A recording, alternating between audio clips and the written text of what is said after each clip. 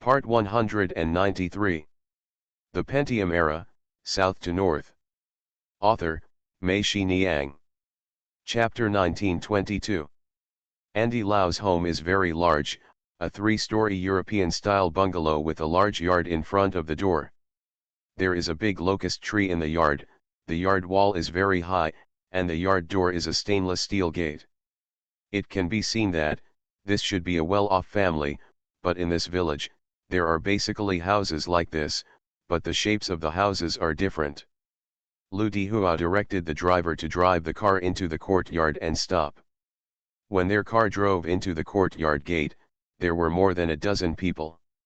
Those who were sitting in the courtyard chatting all stood up, and those inside the house also. After walking out, when their car stopped, more than a dozen people gathered around them.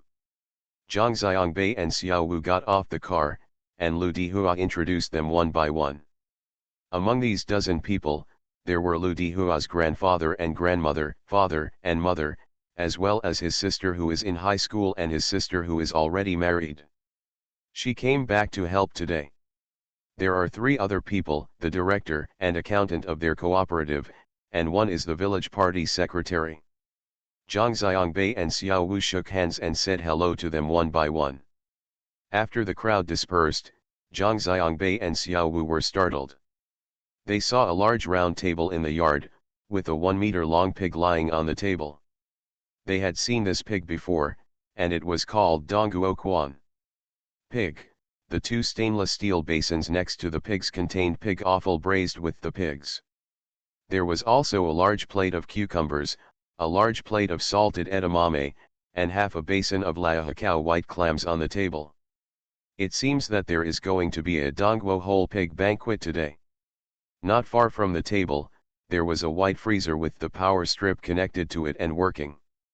When Zhang Xiangbei passed by, he found that the freezer inside was filled with Lushan beer.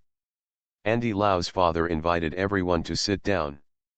His mother and sister helped arrange the dishes and chopsticks, and also put cans of beer on the table. 2 cans were placed at each seat. Zhang Xiangbei told them, "Aunt and sister, let's eat together." They turned their heads and smiled at him, then walked away after finishing their work and never appeared again. Lu Dihua whispered to Zhang Xiangbei that according to our custom here, women are generally not allowed to serve at the table. Zhang Xiangbei understood. Although it was still early before dark, a 100-watt light bulb was already on above the table, looking a little lonely in the blue sky. Everyone sat down, and Andy Lau's father said, "Come on, one of us will go first." There were 2 bowls in front of everyone, one big and one small. The big one was used to hold beer, and the small one was used to hold vegetables. Everyone opened the cans and poured the beer into the bowl, no more, no less, 500 milliliter a can of beer poured out into a bowl. Only Xiao Wu was sitting there without moving. Even the driver who drove them had already poured a big bowl. Everyone else looked at Xiao Wu. Xiao Wu quickly said, "I don't know how to drink." "That won't work. There is no man who doesn't know how to drink. One of them will leave," the village party secretary shouted, "and the others should also agree." One of them would leave. Xiao Wu looked at Lu Dihua, who smiled and said, "There is no way, Mr. Wu. When I get home, I am the youngest. I have no right to speak here." The director and the accountant had already stood up. They walked behind Xiao Wu. The director wrapped his arms around Xiao Wu's arms. The accountant opened the can and poured the wine into a bowl. Although Xiao Wu could easily break away from the director, but on this occasion, you should not move too much. You can only smile bitterly when you see the bowl in front of you is full. Zhang Xiangbei and Lu Dihua looked extremely happy, and Xiao Wu glared at them. Lu Dihua said, "It's okay, Mr. Wu, beer is for sobering up." Everyone raised their bowls and drank, but several pairs of eyes were fixed on Xiao Wu. He took a sip and was about to put the bowl down when several people immediately shouted, "No, no, no, no, no, no, no, no, no, no, no, no." Xiao Wu could only take 2 more sips, but without putting the bowl down and taking a breath, several people immediately started shouting again and rushed out, forcing Xiao Wu to finish the entire bowl of wine. The wine went down and Xiao Wu's face turned red. Lu Dihua's grandfather, who was sitting next to Xiao Wu, took the can of beer in front of him, opened it, and poured it into the empty bowl in front of Xiao Wu without saying anything. Grandpa poured the wine for him, and Xiao Wu said nothing but thank you. There is no other way. After pouring, Grandpa took the jar in front of Xiao Wu and filled his own bowl. Lu Dihua's father stood up and cut it with a knife. After a while, he finished splitting a pig's head. In the bowl in front of Zhang Xiangbei, there was most of a pig's ear, covering the whole small bowl. In his hand a piece of pig mandible with a row of teeth was also stuffed into it. It was said that the meat on this bone was very fragrant. Zhang Xiangbei held the pig mandible in one hand, like he was holding a knife. He waved the knife and said to Xiao Wu, "Eat more meat, meat is the real hangover cure." "It doesn't exist." The village party secretary waved his hand and said, "If you drink too much at noon, you will drink again in the evening to feel happy. When you feel happy after drinking, sleep and wake up tomorrow and nothing will happen." Everyone said yes, yes, yes, and after that, Andy Lau's father picked up the bowl and shouted, "For this reason, one more person must leave." Everyone drank the wine in the bowl one after another. Xiao Wu hesitated. The director and accountant were about to stand up again. Xiao Wu could only drink the wine. If he didn't drink it, they would probably pour it into him. Lu Dihua stood up, took wine from the freezer, and placed 2 cans in front of him. When he walked to Xiao Wu, he saw that Xiao Wu's neck was already red.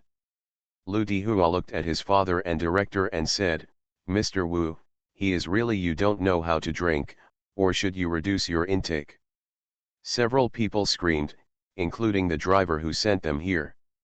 Xiao Wu was a little angry, and he shouted, "Come on, Lu Dihua, it's just wine, what are you afraid of?" Everyone clapped, and Lu Dihua put down 2 cans of Lashan beer in front of Xiao Wu. This time, no one else needed to persuade him. Xiao Wu opened the cans himself, filled up the wine, and everyone applauded again. After everyone drank 4 cans of wine, Lu Dihua sent out wine again. When he sent it to Xiao Wu, he saw Xiao Wu sitting there, already a little shaken. Lu Dihua said to Xiao Wu, "President Wu, can I get you a Coke?" Xiao Wu chuckled, "No, give me wine, wine, wine, isn't it just wine, I want wine." With that said, he slipped under the table.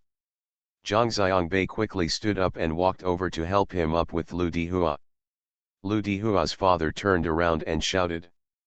His mother stretched out her head and saw that someone was drunk. She shrank her head back. The person who came out again was Lu Dihua's sister. She took out a deck chair and set it up in the yard.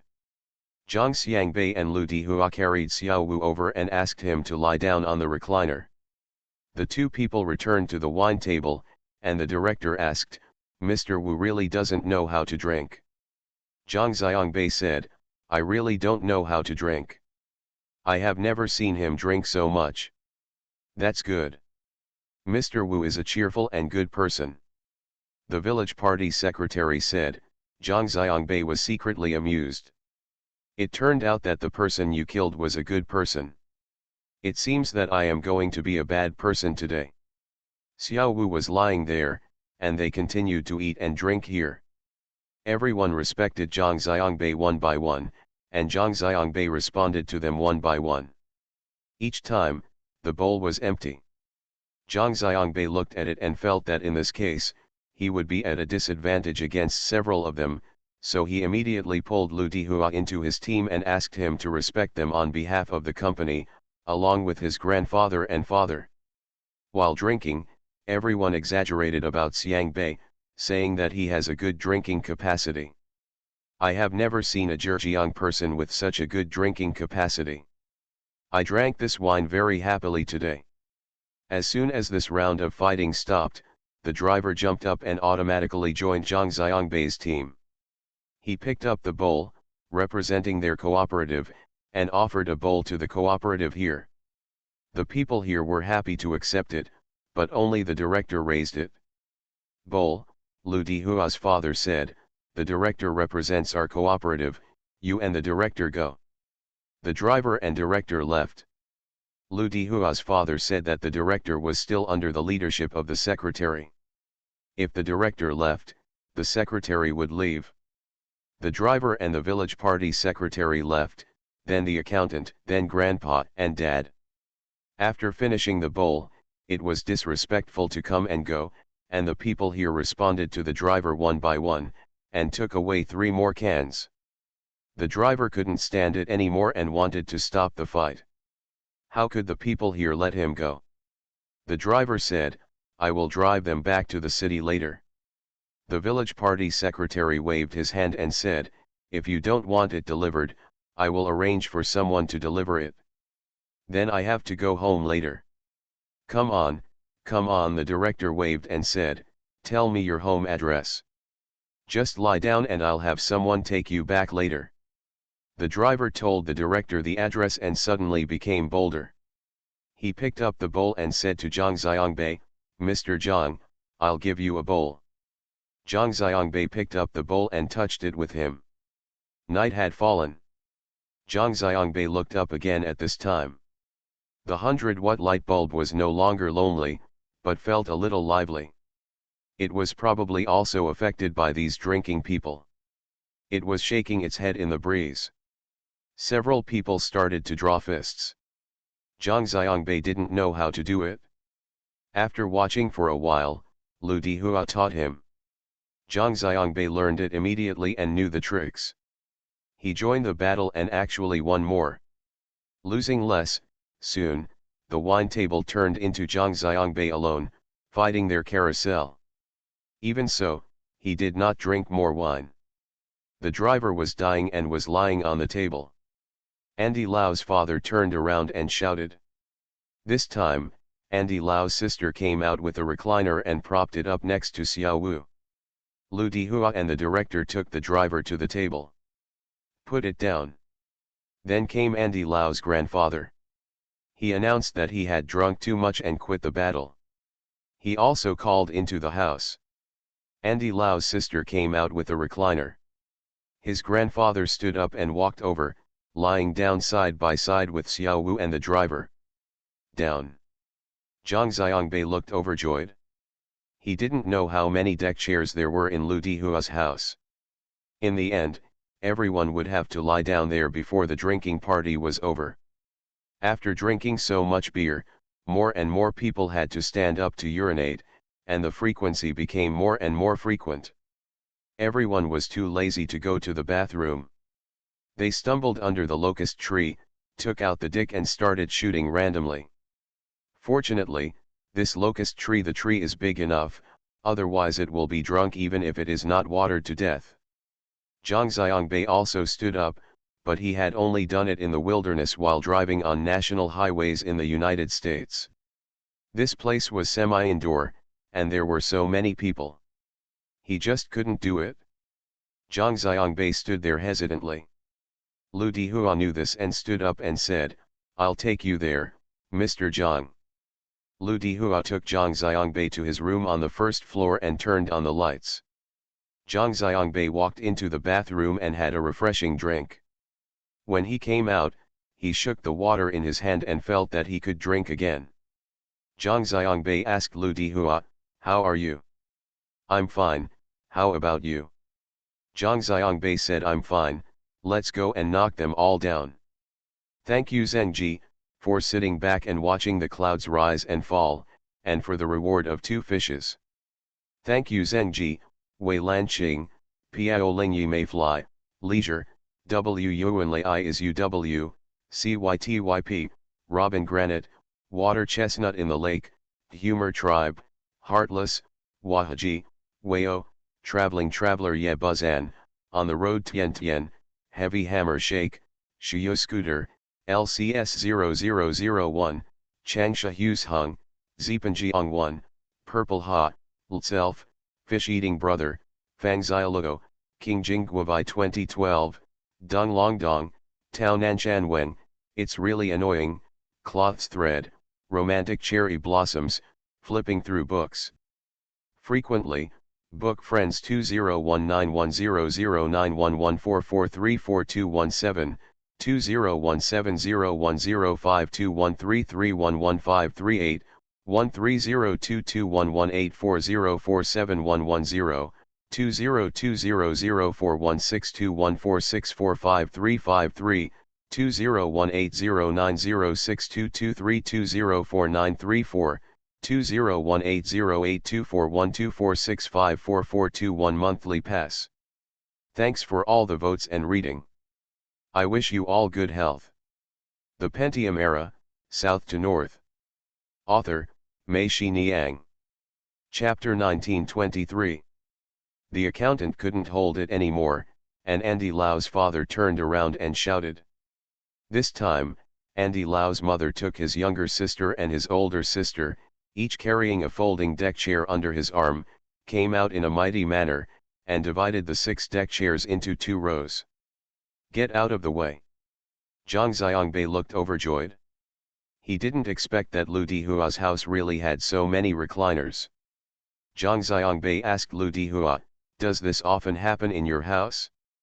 Lu Dihua pointed to the pig on the table, which had been decomposed into pieces, and said to Zhang Xiangbei, "My sister is well known for her work and lives nearby, so she married into a neighboring village.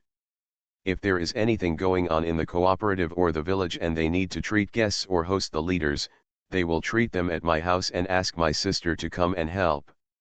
Your sister made this? It's really good. It's even better than the restaurant we went to eat that day."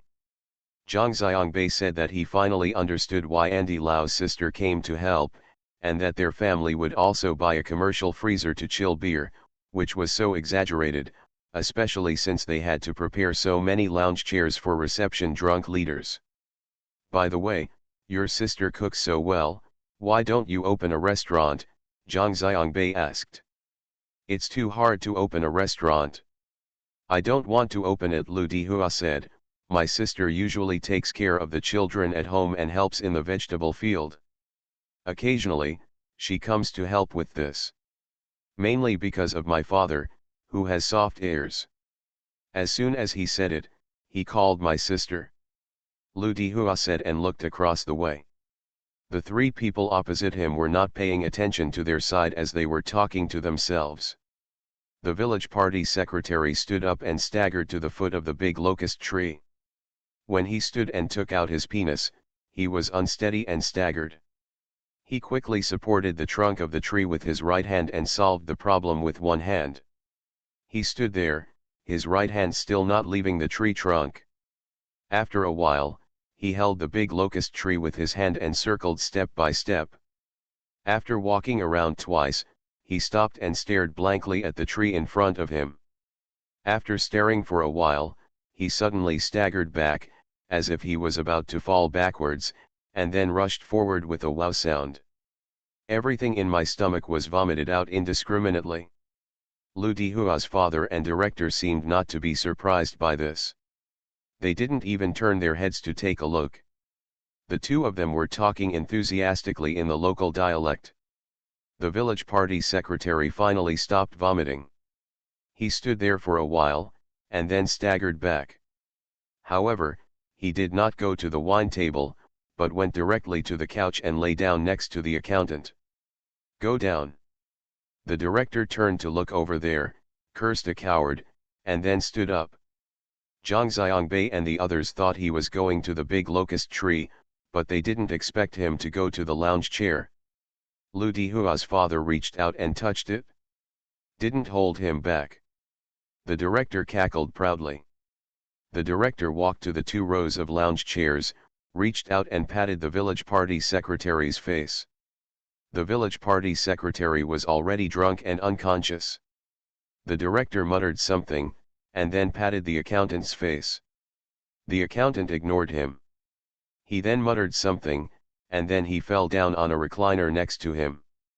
Andy Lau's father turned to look over there and kept shaking his hand back, as if he wanted to shake it off with something dirty on it. He was cursing, his voice was unclear, he should be cursing those few people. Individuals are all cowards. After enough tossing and scolding, Lu Dihua's father turned back and looked at Zhang Xiangbei. He leaned down and lay on the table, his chin almost touching the table. He looked at Zhang Xiangbei from bottom to top, and kept saying something to Zhang Xiangbei. His speech was unclear and all he spoke was in local dialect. Zhang Xiangbei vaguely heard that he was praising Lu Dihua to himself, saying that his son was good in this way and that. Zhang Xiangbei kept nodding his head and said that Dihua was indeed very good, very good. Lu Dihua's face turned red at the comments, and he kept trying to stop his father from talking. But the more he stopped him, the more energetic his father talked. Lu Dihua couldn't bear it anymore, so he stood up and walked over to his father and said, "I'll help you lie down for a while." His father half pushed him and was pulled up from his seat by Lu Dihua. Lu Dihua helped him walk that way. After walking a few steps, his father suddenly fell down and fell to the ground. Lu Dihua held his hand and turned toward him. The opposite side was bent, pulling hard to keep his dad from falling to the ground. Zhang Xiangbei quickly got up and ran over, grabbed Andy Lau's father's hand from the other side, and pulled him up. The two people carried Lu Dihua's father to the recliner and laid him down.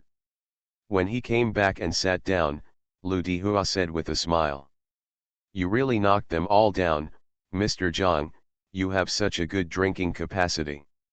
"You're not bad either," Zhang Xiangbei said, and both of them laughed. Lu Dihua and Zhang Xiangbei said, "Come on, Mr. Zhang, ignore them, we will eat ours." "I can't eat it for a long time," Zhang Xiangbei said, "this dish is so delicious that I have turned myself into a pig." Lu Dihua smiled. Zhang Xiangbei looked at his watch. It was already past 9 o'clock in the evening. They had been drinking for more than 4 hours. Seeing Zhang Xiangbei looking at his watch, Lu Dihua knew that he wanted to go back to the hotel. He called his sister into the house. His sister came out. Lu Dihua asked her to help call his helper at home to drive an electric tricycle over. Send the driver back, and call another driver over to help them drive. When Zhang Xiangbei heard this, he quickly waved his hand and said, "No, no, no, I'm still sober. I can drive back by myself.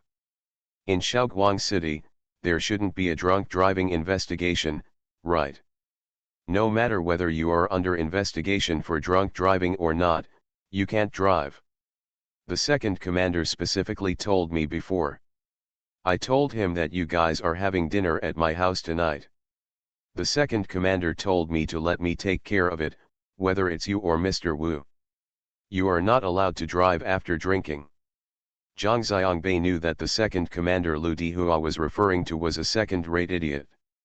The people under him, regardless of the country, either called him the second commander-in-chief or the second commander-in-chief. Few even knew his real name. "What do you want to hear him do?" "I know best whether I can do it or not," Zhang Xiangbei said. "The second commander is right. He said that if he is caught by the police for drunk driving and is detained for 3 months, Mr. Zhang, what will happen to the Zaixian delivery?" Lu Dihua asked, and Zhang Xiangbei was stunned by the question.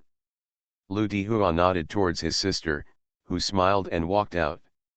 When he went out, he deliberately opened both doors of the stainless steel door. 10 minutes later, Zhang Xiangbei and Lu Dihua heard the sound of cars outside. After a while, an electric tricycle came in from the outside. Lu Dihua's sister and another person were sitting in the back. Lu Dihua walked over and called the driver, but he couldn't wake him up. The 4 of them raised their hands and feet and lifted the driver into the bed of the electric tricycle. Lu Dihua told his helper an address. The helper started the electric tricycle and went out. Zhang Xiangbei looked a little surprised. The driver in front of him said this just once, and he said it to Lu Dihua's father. He had already I forgot what he said, but I didn't expect Lu Dihua to remember it so clearly. It seems that this guy has a very careful heart. They helped Xiao Wu into the back seat of the off-road vehicle. Lu Dihua also sat in and supported him on the side.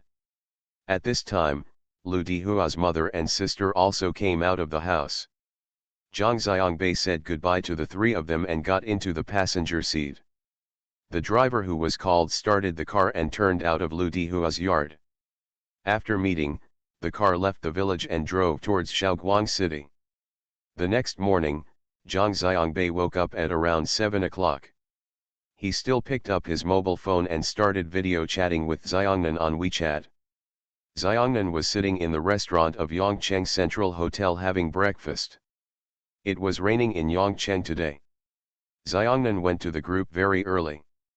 Xiangnan turned the camera outside, showing Zhang Xiangbei the wet garden outside and the gloomy sky. The camera turned back to Xiangnan, who said with a grimace, "Zhang Xiangbei, the weather forecast says that the weather will be like this for more than a week. Oh, what if it rains on the opening day of the theater festival?" Zhang Xiangbei said, "It will go on as planned, rain or shine. Next, the actors will have to perform on rainy days, and the audience will have to watch the show with umbrellas. This is the interesting part of the street theater festival. Okay, it's going to rain. Mom wants to get married, right? There's nothing we can do about it, right? Let's take it one step at a time." Xiangnan said, "By the way, Zhang Xiangbei, how are you doing this morning? Have you ever gone to the vegetable market?" "I didn't go. We went directly to the vegetable cooperative yesterday." It should be said that the conversation was ideal. "We had dinner at the house of Andy Lau, whom I told you about. We returned to the hotel, cleaned the master and put him on the bed. It was already 10 o'clock more. I thought you were already asleep, so I didn't bother you," Zhang Xiangbei said. "What's wrong with Uncle Xiao Wu?" Xiangnan asked. "Drunk. Drunk? How is it possible, Zhang Xiangbei? You said Uncle Xiao Wu was drunk." Xiangnan was surprised. Zhang Xiangbei said yes, he was just drunk. He told Xiangnan what happened last night, and Xiangnan kept giggling on the other end of the phone. "Zhang Xiangbei, you impress me with admiration. I thought that if someone got drunk, it would be you, but I didn't expect it would be Uncle Xiao Wu." Xiangnan smiled. "When a person comes here, he gets drunk. I feel like I'm not a human at all. I scare myself. I didn't expect that I have such a good capacity for drinking," Zhang Xiangbei said proudly. Ding ding, ding, ding, ding. The doorbell rang. Zhang Xiangbei said with a smile, "It seems that you really can't speak ill of people behind their backs. If you say something about Master will be here to question you." Xiangnan also heard the doorbell. She smiled and said, "Then I'll run away quickly." With that said, he shut down the conversation. Zhang Xiangbei walked over and opened the door. As expected, it was Xiao Wu standing outside the door. Zhang Xiangbei asked, "Master, how are you?" "My headache is about to explode." Xiao Wu walked in and said, "Are we done here? I really can't stay in this place any longer. Yesterday, I drank all my life's worth of wine." Zhang Xiangbei laughed loudly and said, "Okay, it is almost here. After breakfast, we will talk to Lu Dihua later and we will set off for Hebei in the afternoon." "Thank you Qian Dad." "Huang Pipi, it's really annoying." Lao Shenzi sang, "Xiao Xiao, book friends 201911021135467118, book friends 201710081615422219, book friends 2018052311285760 for your monthly votes. Thanks for all the votes and reading. Have a good evening everyone. You are listening to Novels at Bless Up channel. Wish you happiness and luck. Please subscribe to receive new novels. How do you feel about this novel? Please like and leave a comment. The Pentium Era, South to North. Author, Mei Shi Niang. Chapter 1924. The three of them finished breakfast in the restaurant on the first floor of the hotel and returned upstairs. Xiao Wu called Lu Dihua to Zhang Xiangbei's room. Zhang Xiangbei got straight to the point and asked Lu Dihua, "We are going to open an office in Shaoguang. How about letting you be the manager of this office?" Lu Dihua was stunned for a moment and said, "Mr. Xiang asked me to come over and just asked me to help for a few days. He said that Mr. Zhang and Mr. Wu are not familiar with Shaoguang and asked me to accompany you. Mr. Xiang is the general manager of Xiao and their Jinan logistics base." Xiao and Lu Dihua said, "Mr. Xiang is right to tell you this. We haven't investigated you yet and haven't confirmed it yet. He can only say that he wants you to come and accompany us. However, from what we have seen in the past few days, Mr. Zhang and I both feel that you very good, qualified for the position of office manager." Zhang Xiangbei told Lu Dihua what the Shaoguang office needed to do. He saw that Lu Dihua didn't seem to be very interested.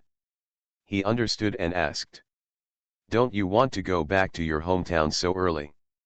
Lu Dihua smiled and nodded. Zhang Xiangbei said, "Shaoguang is only our first office in Shandong, because procurement is our top priority. Next, Zaixian Shui will definitely set up a branch in Jinan. By then, you will also be here after bringing people out.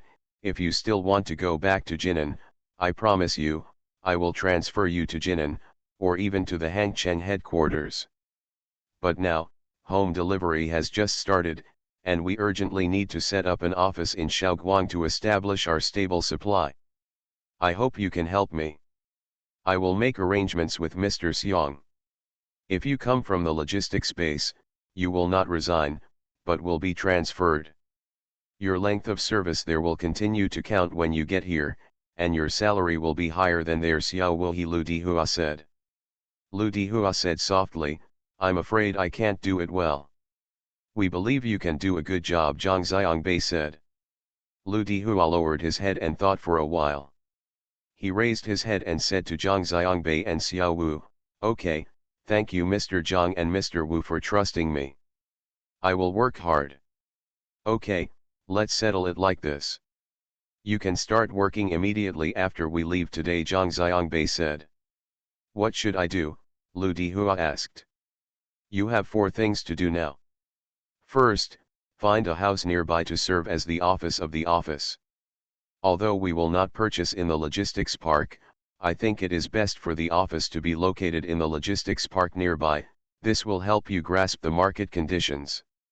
Zhang Xiangbei said. Lu Dihua nodded and said yes. "Second, you don't have a driver's license yet, right?" Zhang Xiangbei asked. Lu Dihua said no. "Immediately sign up for a driving training class and try to get your driver's license as soon as possible. I will assign a car to your office to run between the cooperatives every day. It will definitely not work without a car. It would be too wasteful to have a driver. You still have to be able to drive it yourself." Lu Dihua said yes. "Third, the office can't be run by just you. If you run away, the office can't be without people. You also need people to make settlements and transactions with the cooperative, including randomly checking the quality of vegetables and placing orders. Currently, there is a suitable person. You can recruit the girl from that hotel and double her salary." When Zhang Xiangbei was talking, Lu Dihua and Xiao Wu both laughed. They all knew who the little girl in the hotel that Zhang Xiangbei was talking about was. Zhang Xiangbei said, "This little girl is a bit stubborn in doing things, but if you put her in a suitable position, she will have unexpected results. For example, if you ask her to be a quality inspector and purchaser, I guarantee you can rest assured that the quality and quantity of vegetables will keep you stuck." "I think it's okay," Xiao Wu said from the side. Lu Dihua said yes, "Then I will go find her at noon." "What about the 4th thing, Mr. Zhang?" Lu Dihua asked. "The 4th thing, and the most important thing, is to sign cooperation agreements with each cooperative. The company will send you the specific agreement text." Zhang Xiangbei said, picked up his mobile phone, clicked on Wu Huan's WeChat, and chose a video call. Zhang Xiangbei told Wu Huan about Lu Dihua's situation, and then gave his mobile phone to Lu Dihua, asking Lu Dihua and Wu Huan to face-to-face communication. In this way, even if Wu Huan and Lu Dihua know each other, Zhang Xiangbei and Xiao Wu have officially handed over the Shaoguang office to Wu Huan, just like Xiao Guang's, and asked her to include the preparations for the Shaoguang office. Daily management. Zhang Xiangbei and Xiao Wu need to go to their next stop. This afternoon, they will arrive in Yongnian County, Hebei. Before setting off, Xiao Wu made a call to Mr. Wang at their half-acre field Shijiazhuang logistics base. Mr. Wang himself is from Yongnian. Yongnian is a county below Handan. It is located at the eastern foot of Taihang Mountain. It is not far from Shijiazhuang City, the provincial capital of Hebei Province, to Yongnian County. It is only more than 150 kilometers away. From Shaoguang, there are more than 400 people. Kilometers, Wang would always arrive at Yongnian one step ahead of them and wait for them in Yongnian. Mr. Wang has a classmate named Qi who is engaged in vegetable trafficking locally, transporting vegetables from Yongnian to the Xinfadi agricultural products wholesale market in Beijing or Shaoguang. He heard that Zhang Xiangbei and the others wanted to set up an office in Yongnian, and he wanted to become an office owner. The manager of this office, Lao Qi, feels that he is getting older now and is gradually entering middle age. It is a bit too much to follow the big truck day and night. Anyway, he has made some money. His children are also older and have gone to college. There are only a few left at home. My wife is alone. Lao Qi thought that if he could have a stable job like Mr. Wang, he would buy vegetables locally in Yongnian, and then send them to various places by the truckload, instead of following the cars. Lao Kai felt that he would have no problem at all, and he would be good for his family. It's better. Anyway, those relationships are old relationships established over many years and don't need to be re-established. Zhang Xiangbei and Xiao Wu arrived at the Yongnian Government Hotel. Mr. Wang and Lao Qi were waiting for them here. Lao Qi's hair was a little sparse and his face seemed to have a layer of black glaze. At first glance, he looked like the kind of person who travels long distances and sleeps in the open. Zhang Xiangbei and Xiao Wu stayed in Yongnian for 2 days and followed Lao Qi to various vegetable-producing towns and villages in Yongnian. Both of them felt that although Lao Qi didn't talk much, he was quite down to earth. From those vegetables the sincere enthusiasm shown by the big growers when they saw Lao Qi could be seen. Zhang Xiangbei told Xiao Wu that this was more real than his own performance. With Mr. Wang's guarantee, the matter was settled, and they handed over the work of preparing the Yongnian office to Lao Qi. Zhang Xiangbei and Xiao Wu continued to drive, starting from Yongnian, passing through Shangzi and Shaanxi, and heading to Yinchuan. They went from Shaoguang to Yongnian, and from Yongnian to Yinchuan. It was a smooth journey. From here to Yinchuan, there were only 900 kilometers left. Many kilometers. The two of them woke up early on purpose, getting up at around 5 o'clock and preparing to hit the road immediately. They would have breakfast on the way and arrive in Yinchuan in the evening. When they arrived at the lobby of the hotel, they saw Lao Qi already waiting here. When he saw them, he came over with a smile. Zhang Xiangbei said, "Didn't you agree that you wouldn't need to send them last night? Why did you get up so early?" Lao Qi continued to smile and said, "I'm used to getting up early. Come on, I'll take you to have breakfast." Lao Qi said, handed a vest bag in his hand to Xiao Wu, and said to them, "This is donkey oil sesame cake, our Yongnian specialty, you can take it with you to eat on the road." Xiao Wu quickly said thank you. Lao Qi took them to a mutton soup restaurant with the words Nanyang Village Lasong Mutton Soup written on the door. There were 4 or 5 tables at the door. When they walked in, there were also 4 or 5 tables inside, with an open kitchen at the end. Zhang Xiangbei and Xiao Wu saw a large pot in the kitchen with a blazing fire. The mutton and haggis in the pot were rolling up and down, steaming. Lao Chi said to the boss, "Here are 3 big bowls. The big bowl of mutton soup here costs 13 yuan, and the small bowl costs 8 yuan. The boss poured a large spoonful of mutton and haggis into the bowl, then scooped out the mutton soup that was as white as milk, and sprinkled a handful of coriander on it. The guy asked them, "Eat inside or outside?" Lao Chi said that outside. The waiter helped them bring the mutton soup to the table outside. 13 yuan a bowl of mutton soup filled their stomachs and made them sweat. The mutton soup was very delicious. After eating, both Zhang Xiangbei and Xiao Wu felt satisfied. Lao Chi's car was parked at the hotel. Zhang Xiangbei and Xiao Wu wanted to take Lao Chi back, but Lao Chi refused to say anything. He told them that it was better for you to hurry and I could go there myself. The 3 of them were at the mutton soup restaurant. They parted at the door. For more than 900 kilometers, Zhang Xiangbei and Xiao Wu took turns driving. Apart from entering the service area to refuel and use the restroom, they hardly stopped. There was water in the car and donkey oil sesame cakes sent by Lao Chi. They even had lunch. It's all settled in the car. Coupled with the Northern Expressway, there were few cars during the day and the road was smooth.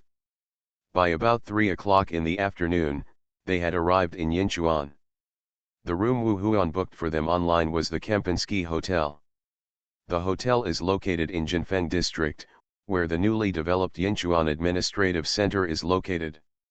It is already on the outskirts of the old city. When the car drove to the door of the hotel, Zhang Xiangbei and Xiao Wu said, "Master, don't rush in. Let's go to the city first." Just after getting off the highway and driving here, Zhang Xiangbei had a very bad feeling that he needed to verify. The 2 of them walked around the city for more than 2 hours, almost visiting the entire Yinchuan city, before returning to the Kempinski Hotel. Xiao Wu went to the front desk to check in, and Zhang Xiangbei sat on the sofa in the lobby. After thinking for a while, he picked up his mobile phone and called Wu Huan. "Mr. Zhang, have you arrived in Yinchuan?" Wu Huan asked. "We've arrived a long time ago," Zhang Xiangbei said. "It took us more than 2 hours to wander around the city." "Wu Huan, I think we may have made a mistake." Wu Huan was taken aback and asked, "What's wrong, Mr. Zhang?"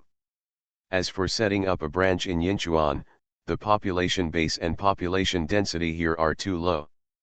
The cost of distribution will be very high, and the input and output ratio will not be as expected. Within 3 years, Zaixian delivery should be. I won't extend my tentacles here. Wu Huan, we may need to make adjustments. Even if we build a branch here, we will focus on procurement. Don't consider fresh food delivery in the city for the time being. The area of Yinchuan is about the same as that of Jinhua, but the total population of the 3 suburban counties is only more than 2 million, not even half of Jinhua.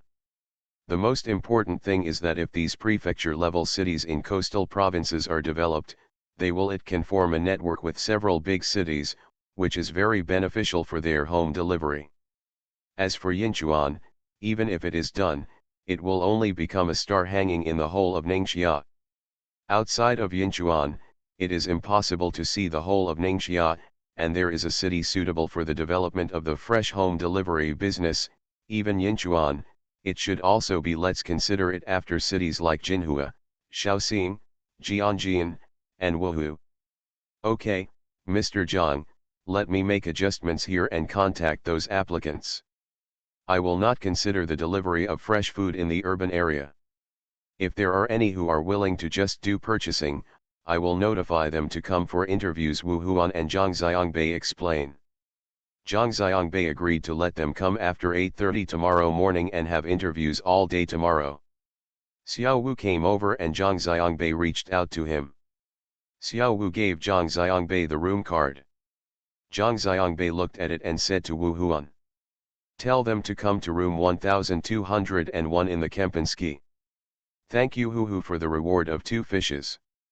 Thank you Hu Hu, Huang Pipi, Qian Qian Dad, Wei Zi 99999, Tian Wei, Romantic Cherry Blossoms Chin Shu, Tampai, FMC 1968044, Book Friends 1611222135017999, Frivolous, Heart Dances, The Little Brother Who Eats Fish, Zhengji, Ming Heart, Rainman, Mike, Crush Killer VIP, Broken Dreams in the Void, Kingsi, On the Road to a Nation, $, Wandering hashtag at, Book Friends 201910091144344217, Zongkai 727, Big Guy, Feng Xiao 2006, My Heart Falls for You, Tai Zongshang 1, Tianying 1978, Zizhe Wahaji.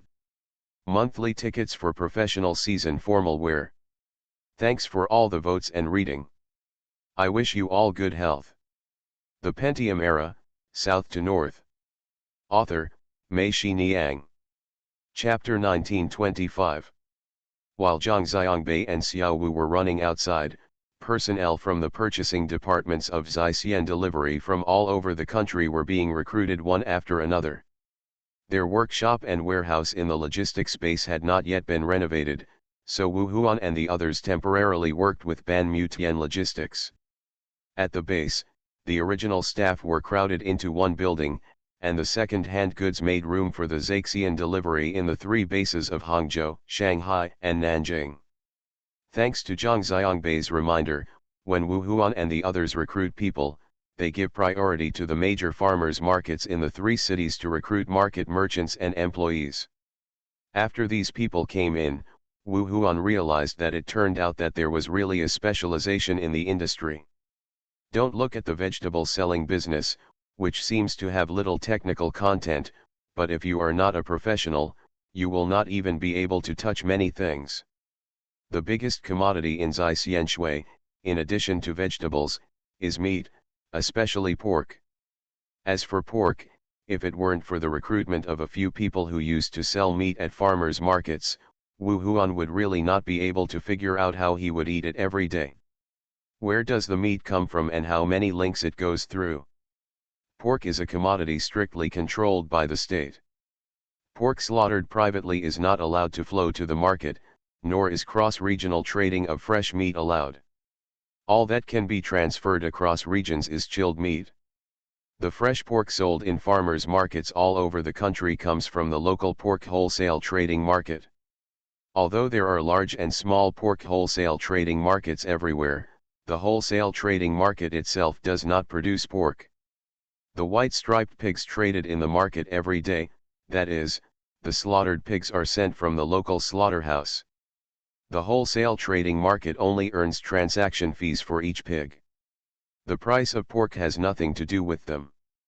On the other hand, as long as pork enters the wholesale trading market, the cost of pork will increase. Of course, they cannot deliver it freshly to home. They go to the wholesale pork market to get the meat, so they can't get the lowest price. They can only buy it directly from the slaughterhouse. There are two types of prices for white-striped pigs from the slaughterhouse, one with the trotters removed, and the other without the trotters removed. Regardless of whether the trotters are removed or not, the price of pork from the slaughterhouse is, at most, only about half. Slaughterhouses are only responsible for killing pigs, and they do not raise pigs.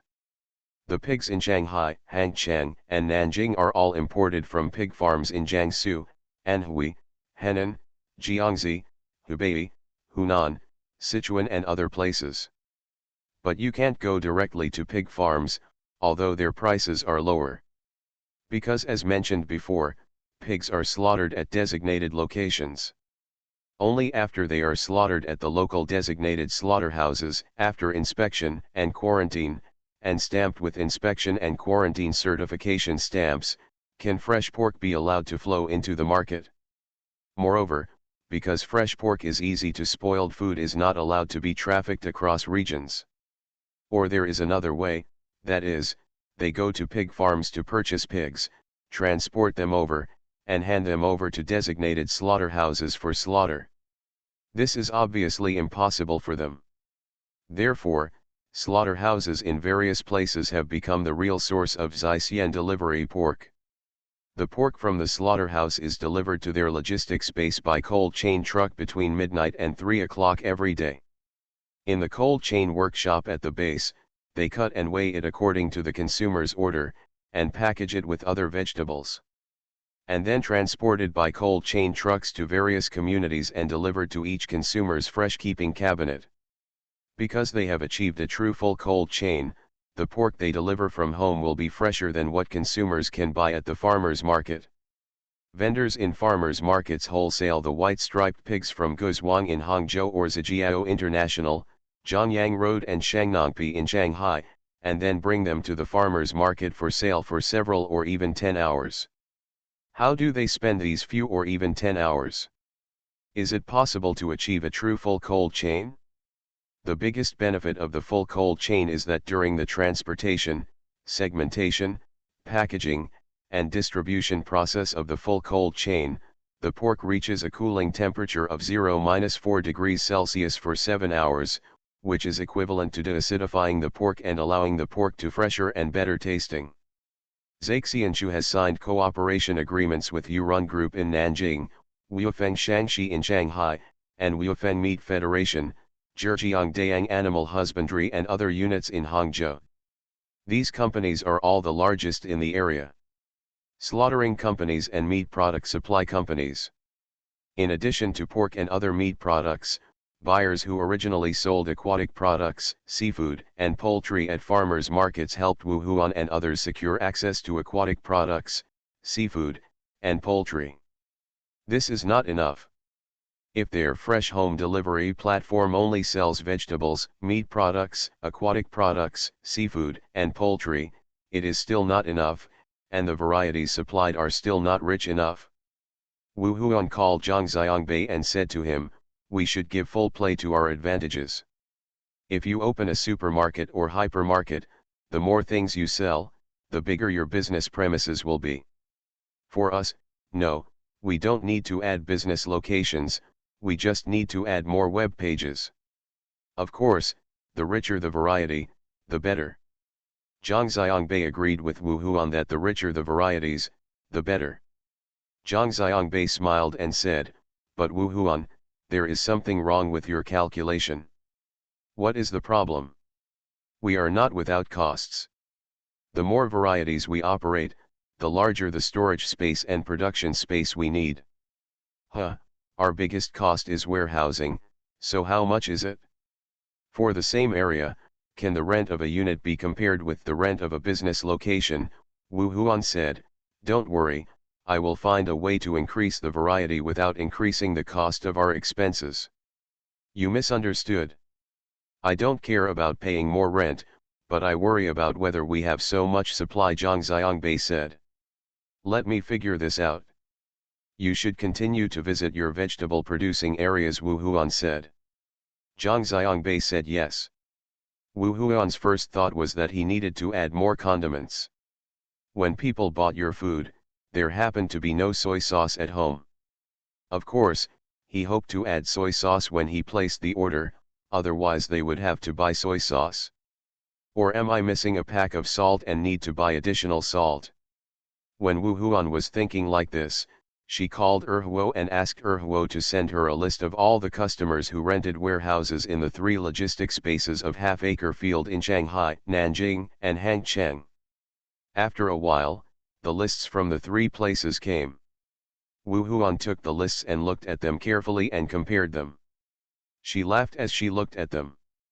Wu Huan called Zhang Xiangbei and told him, "I plan to add seasonings, as well as imported foods, such as Boston lobster, Arctic sweet shrimp, Vietnamese black tiger shrimp, Ecuadorian white shrimp, king crab, bread crab, Arctic clams, salmon, tuna, etc., as well as Spanish Iberia prosciutto ham, prosciutto di Parma and salami and so on and so forth." Zhang Xiangbei laughed as he heard Wu Huan give him a list of names. He said, "Wu Huan, that's good. When did you become a food expert?" "I just learned it." Wu Huan also smiled and said, "Mr. Zhang, I think we also want to change our business model. How to change it? Zhang Xiangbei asked. Except for vegetables and meat, which we directly purchase and supply ourselves, for other things like the things I mentioned earlier, we adopt the model of shopping malls and supermarkets, which means that manufacturers or importers can directly enter our platform. We use point deductions from sales, Wu Huan said. Zhang Xiangbei asked, why? It's very simple. The price of seasonings is relatively uniform. It's impossible to say that a bottle of Haitian flavor soy sauce costs 8.5 yuan elsewhere, but we sell it for 6.5 yuan. If we sell it like that, the first consumer, when you see such a low price, you will wonder if it is a fake. Secondly, other merchants will complain about our low price dumping, and manufacturers can't stand it. Thirdly, as for imported food, we do not yet have the capabilities and qualifications ourselves, nor do we have the supply of goods. We can only rely on cooperation with others.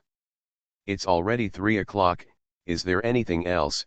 Zhang Xiangbei asked. Yes, and the biggest advantage is that it does not occupy our working capital. In turn, we can also occupy their working capital. The sales deduction model is settled once a month, which means that we have 1 month's payment for the goods, and at the same time, we have no inventory pressure, Wu Huan said. Okay, these are not our main projects, you can do this. By the way, Wu Huan, why did you think of these? Zhang Xiangbei asked. Haha, that's because I just discovered a secret, Wu Huan said with a smile. Zhang Xiangbei asked, what secret? I found that Li Kumqi and Haitian, their logistics warehouses in Nanjing, Shanghai and Hangzhou are all located in the half-acre logistics space. In these places several large imported food suppliers also rent half-acre Tian's cold storage. I want to talk to them and let them enter our platform. There is only one condition, that is, on our platform, the retail price must be the lowest price in the country. For example, a bottle of extremely fresh soy sauce costs 8.5 yuan in a supermarket. On our platform, the retail price must be the lowest in the country. Here, they are only allowed to sell for 8 yuan, and we also give them lower deduction points than they do in supermarkets. This is a win-win result. Great. Wu Huan, your idea is very good. Zhang Xiangbei also became excited by Wu Huan's words. He felt that this could be done. Also, I can do it, Wu Huan said excitedly. What did you do? We can increase the variety of products on our platform without expanding the area of our warehousing and production workshops and increasing our costs. Wu Huan was very proud and continued, aren't they all next door to us? We just need to receive orders every day and have them deliver them directly from their warehouse. Does this mean we don't even need a warehouse? Zhang Xiangbei laughed loudly. Okay, Wu Huan, you are smart enough. I also want to expand frozen products, such as quick frozen dumplings, beef and mutton rolls, microwave food, etc. These manufacturers, even if their warehouses are not in Banmushan logistics space, can still be moved here. Anyway, the cold storage they rent is not rent, right? Zhang Xiangbei smiled and said, then you are trying to attract business to the second-rate guy. He will thank you. Yeah, I'll ask him to treat me to something delicious next time, Wu Huan said. After these commodities were increased, Wu Huan thought that rice and wine could also be increased. Last but not least, the most important thing is dry goods from the north and south, such as fungus, mushrooms, dried bamboo shoots, star anise, cinnamon peanuts and so on. Thinking about it this way, how can we sell more and more things? Should we also sell aprons and kitchen knives? Wu Huan sat there alone and giggled to himself. Thank you for your monthly votes from Frivolous, Humorous Tribe, Not Impossible World, Quadratic VC, Flying Bat Kgen, Fenjiun, Wangju, and Book Friends 202011091113511923. Thanks for all the votes and reading. Have a good evening everyone. The Pentium Era, South to North. Author, Mei Shi Niang. Chapter 1926. Zhang Xiangbei and Xiao Wu had a total of 5 people to interview today. Wu Huan arranged 2 for them in the morning and 3 in the afternoon. The weather is very good today, and the climate is very cool in the morning. This coolness is different from that in Hangzhou. In the summer in Hangzhou, even when it is cool in the morning, it is a bit sticky and makes people feel stuffy. However, the coolness in the northwest is so cool. It's very straightforward and thorough, and makes people really feel relaxed and happy. After breakfast, Zhang Xiangbei and Xiao Wu walked around outside the hotel and sat in the courtyard for a while. Opposite the Kempinski Hotel were the People's Square and the Yinchuan Municipal Government Building, and diagonally opposite was Ningxia Museum. Past the museum is the Ningxia Grand Theater. The architectural shape of the Ningxia Grand Theater is very unique. There is a boxy building below, and on top of the center, there are facade panels shaped like lotus petals, which are in full bloom and surround a dome in the middle that looks like a flower core. With such a good location, if it were placed in other cities, there would definitely be many high-rise buildings around the People's Square opposite, but here, in the large area opposite, there are almost no high-rise buildings, and even the sky looks special. The vastness. The two sat there and had a conversation. Zhang Xiangbei took out the cigarettes in his pocket, handed one to Xiao Wu, and lit it. He did not smoke himself, nor could he smoke. After Xiao Wu finished smoking a cigarette, the two of them went upstairs. Because there was an interview today, Wu Huan specially booked an executive suite for Zhang Xiangbei. The two of them sat in the living room outside. At 8:30, the doorbell rang on time. Xiao Wu walked over and opened the door, and they came in. Today's first interviewer is a young man of similar age to Zhang Xiangbei. Zhang Xiangbei asked the other party to sit down and gave him a bottle of water, and the other party took it. Zhang Xiangbei asked the other party to introduce himself, and the other party began to talk eloquently. When he finished speaking, Zhang Xiangbei asked, "You graduated last year. It must have been just over a year now. In just over a year, you have chaired 2 very important projects in 2 companies, right?" "Yes, I am a person who has been very independent since I was a child," the other person said. Zhang Xiangbei smiled and continued to ask, "When you first joined the company dared to let you operate the project independently, which shows that the company trusts you."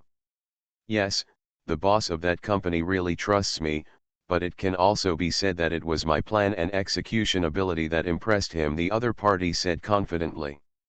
"Then you stopped working at that company in November last year?" Zhang Xiangbei asked. "It's not that the company doesn't want me, it's the second company that took a fancy to my ability and came to poach me," the other party said. "Then you left your boss and the company who trusted you very much, right?" Zhang Xiangbei said, "To put it bluntly, for you, who was still a fresh graduate at the time, it was difficult for your boss to fully hand over such a large project. Giving you is not only trusting me, but also taking a risk, right?" The other party was stunned for a moment, then looked at Zhang Xiangbei and said, "Mr. Zhang, can I ask you a question?" Zhang Xiangbei said yes. "If I'm not wrong, Mr. Zhang should be about the same age as me, right? Then why would the investors be assured and hand over the Xianshao project to you? Although I don't know exactly how big the investment in this project will be. But I know it will definitely be no less. Mr. Zhang, do you think the investors of Xianshao are taking risks?" The other party asked Zhang Xiangbei in a somewhat aggressive tone. Zhang Xiangbei was right, he was indeed taking a risk. "Then how could they believe you?" Zhang Xiangbei smiled, "It's very simple. They know me and know that at least I won't spend money randomly. This is their limit. There are 4 investors, one is my father and the other is me, one of my biological aunts is my godmother, and the other is my brother. Is this reason enough?" The other party was stunned again, obviously not expecting Zhang Xiangbei to speak so frankly. Zhang Xiangbei then asked, You worked in the first company for 5 months. After you left, what happened to the project you led? I don't know, how could I know, I've already left there. But, after all, it is a project that you are in charge of. Don't you care about it anymore? For example, even if you accidentally think of it, call and ask your old colleagues. I have no contact with them, the other party said. Okay, Zhang Xiangbei said, then let's get over this issue. By the way, is the project you are working on now completed? No. Not completed? Then why are you here to apply for a job again? I am a person who likes new challenges. Okay, Zhang Xiangbei patted the coffee table gently with his hand. He raised his head, looked at the other person and said, what you said before is correct. I am indeed the same age as you. As people of the same age, we can speak directly without going around in circles, okay? The other party nodded. Zhang Xiangbei said, I haven't done any research, so I don't know if the 2 projects you mentioned before actually exist, but judging from your attitude just now, I think you are very frivolous, not towards us, but towards us in your original company and the projects you hosted. You are not very independent or like new challenges. You are irresponsible. Since you can be so careless about the projects you have directed, why should I think that you will care about our company? You have done 2 projects and both of them were unfinished. Do you still think you have strong execution ability? Let me tell you, execution is the result of starting well and finishing well.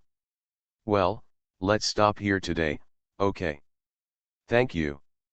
The other party's face turned pale, he hesitated, and said hurriedly. No, Mr. Zhang, please listen to my explanation. The 2 projects I told you earlier were all compiled by me. Don't want to make my resume look better, so that I can make Mr. Zhang, I think I have this ability. Then do you think we will hand over the Ningxia branch to someone who can even compile his own resume? Zhang Xiangbei sighed and said, let me tell you honestly, even if you tell me honestly, you haven't found a job since you graduated last year, so it's better than compiling a very bluffing resume. You have to remember one thing. In this society, no one is a fool. Anyone who can come to interview you, at least for now, must be more capable than you. You can't hide it? Well, I hope you can succeed next time. Okay. Zhang Xiangbei stood up as he spoke, stretched out his hand and shook the other person's hand. Zhang Xiangbei sent the man out, closed the door, walked back, looked at Xiao Wu, and Xiao Wu said, if you don't let him go, I'm going to kick him out. Zhang Xiangbei shook his head and said, I can say a few nice words and send him away painlessly. There is no need to say it so directly, but if that happens, I guess he will do the same thing next time. He is like this, you can't deceive people with one trick, no one will believe it. Alas, you are also a poor person. Xiao Wu was surprised and asked, why is he so pitiful?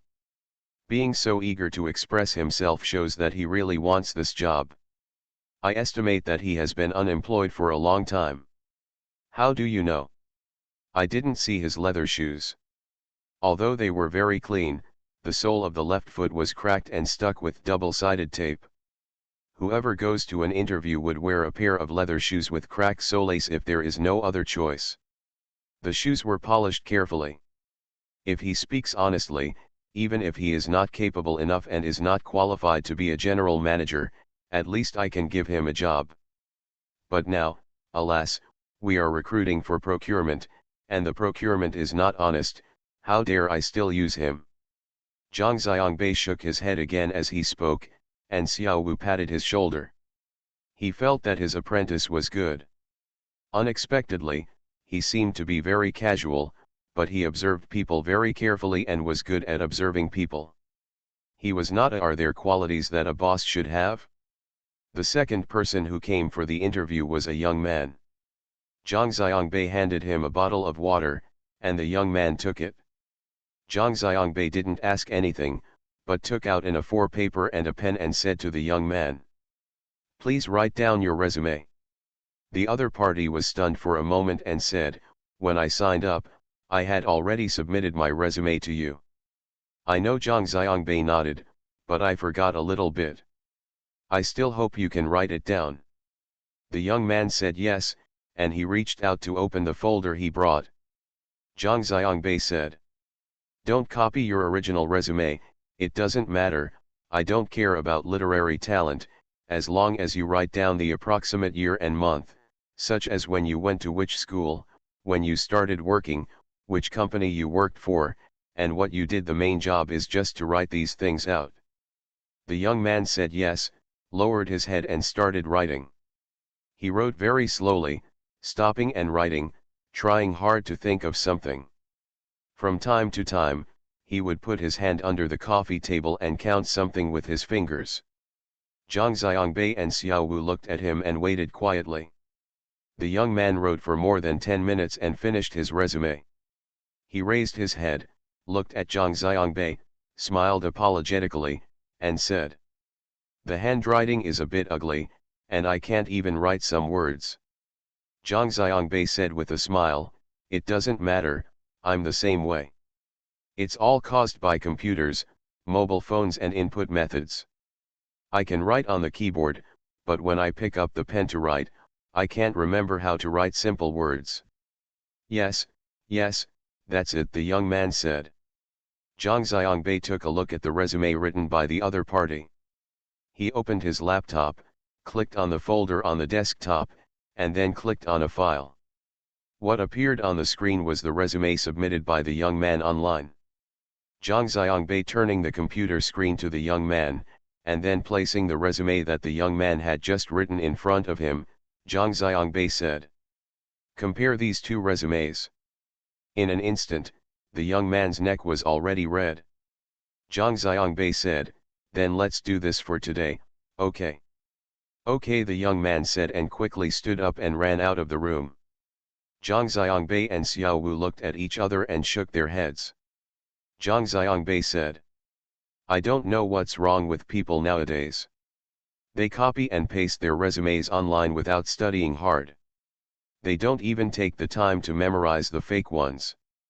How do you know there will be problems with his resume? Xiao Wu asked.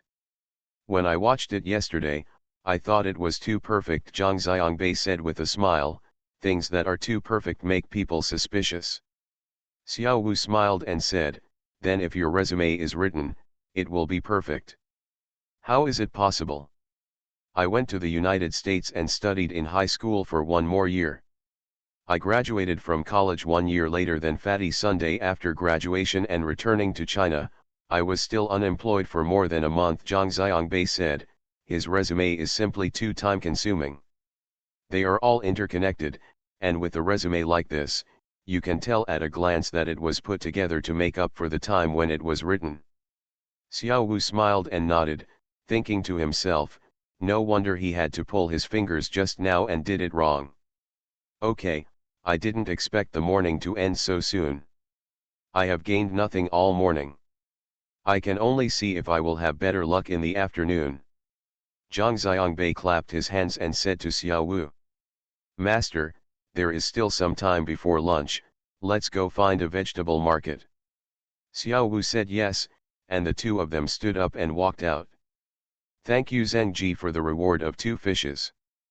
Thank you for the monthly votes of Heavy Hammer Shake Music, and How, Book Friends 201911021135467118, really annoying, On the Road to a Nation, Tian Weiwei, Book Friends 201712281556429119, Book Friends 160529232957,000.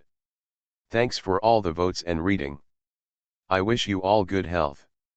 You are listening to Novels at Bless Up channel. Wish you happiness and luck. Please subscribe to receive new novels. How do you feel about this novel? Please like and leave a comment. The Pentium Era, South to North. Author, Mei Niang. Chapter 1927. The interview in the afternoon was scheduled to start at 2 o'clock. Zhang Xiangbei and Xiao Wu had Chinese food in the restaurant on the second floor of the hotel. They went down to the first floor and walked to the door of the hotel. They saw that the sun was very bright outside. The two of them stepped back and sat down. Went to the lobby bar, ordered a pot of tea, and sat drinking tea and chatting. The position where Zhang Xiangbei was sitting was facing the hotel door. He could see people coming in and out. This time at noon was also the time when the hotel had the fewest guests. Those who were due to check out had already checked out and left.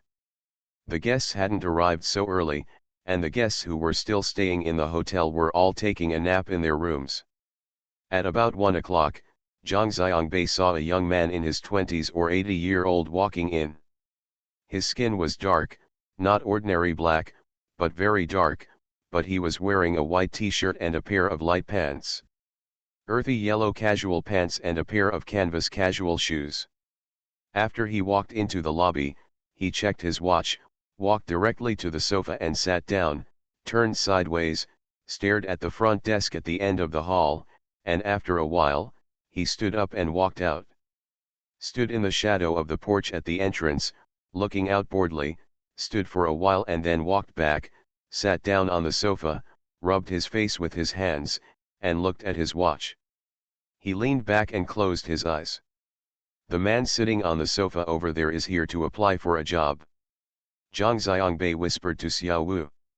Xiao Wu turned around and asked, "How do you know?" Feeling, Zhang Xiangbei said. Zhang Xiangbei remembered it while he was talking.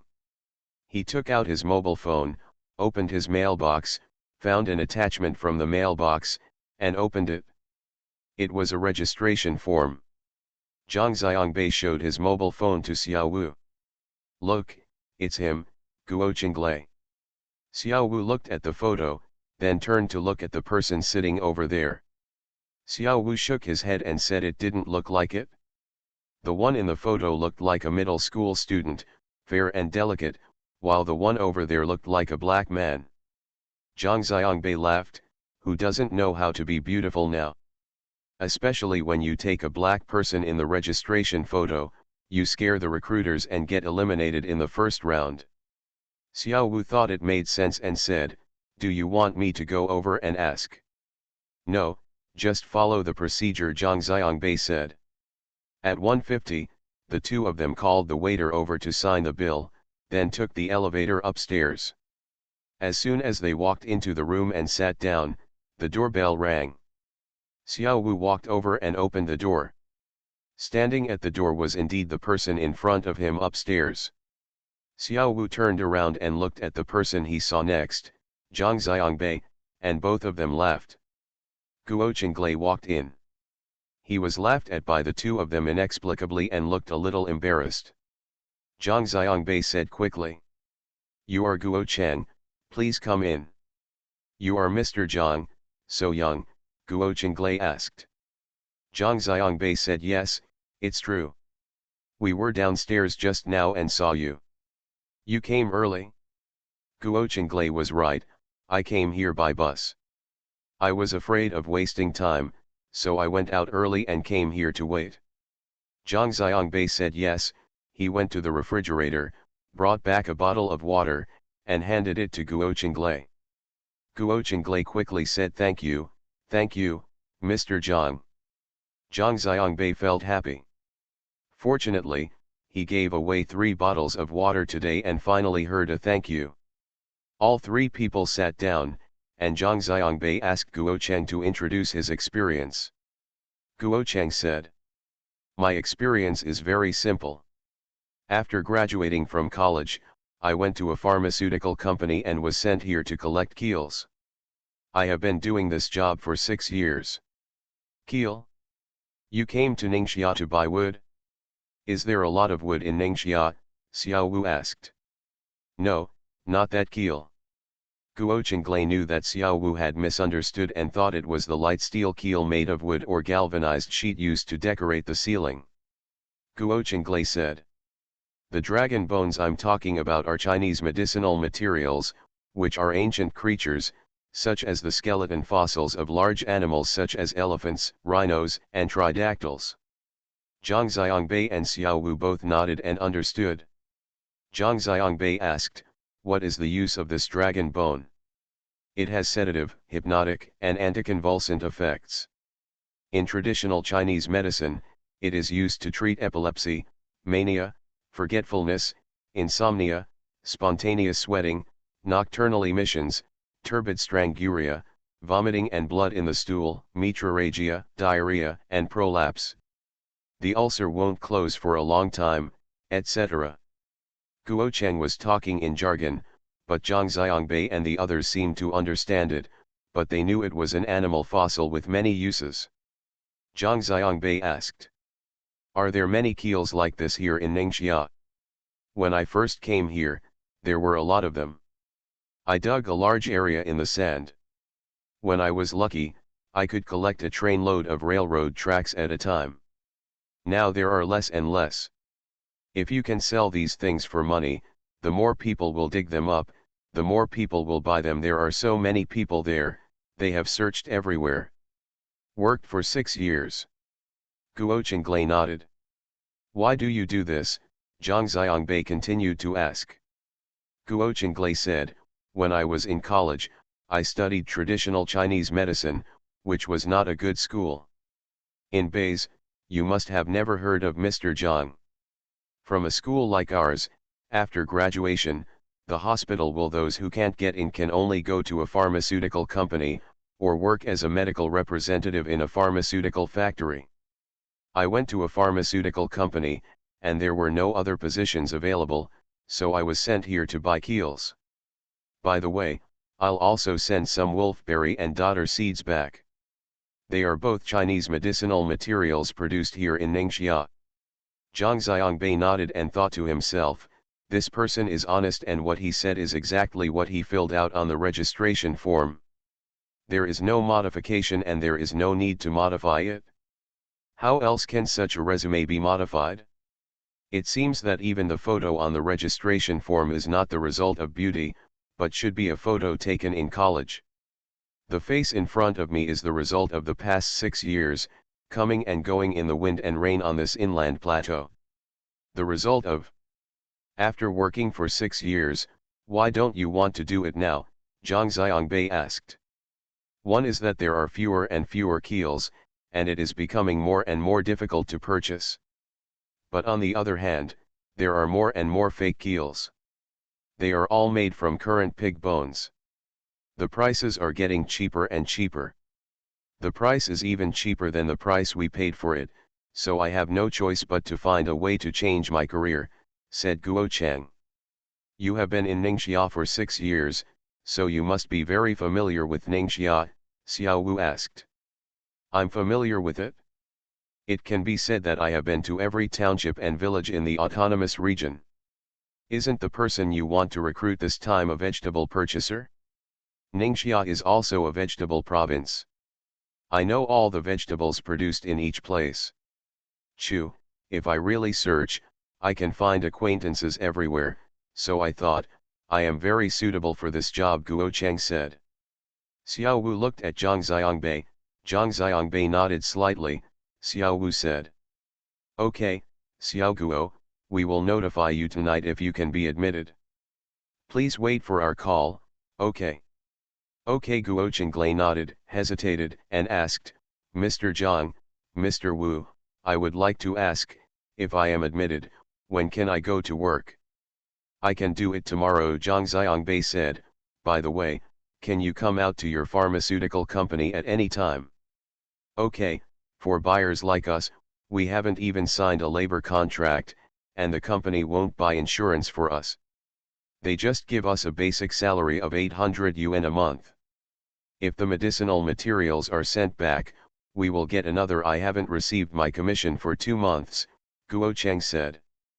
Zhang Xiangbei stood up and said, "Okay, wait for our call tonight. If it's settled, you can go to Shizuishan with us tomorrow, okay?" Guo Cheng said yes, and he stood up, looked at the bottle of water he had taken 2 sips of, and asked Zhang Xiangbei, "Mr. Zhang, can I take this water with me?" Zhang Xiangbei said, "Okay, you can drink it on the way." After seeing off Guo Qinglei, both Zhang Xiangbei and Xiao Wu became happy. Zhang Xiangbei said, "It seems that the momentum is good this afternoon. Finally, someone reliable is here."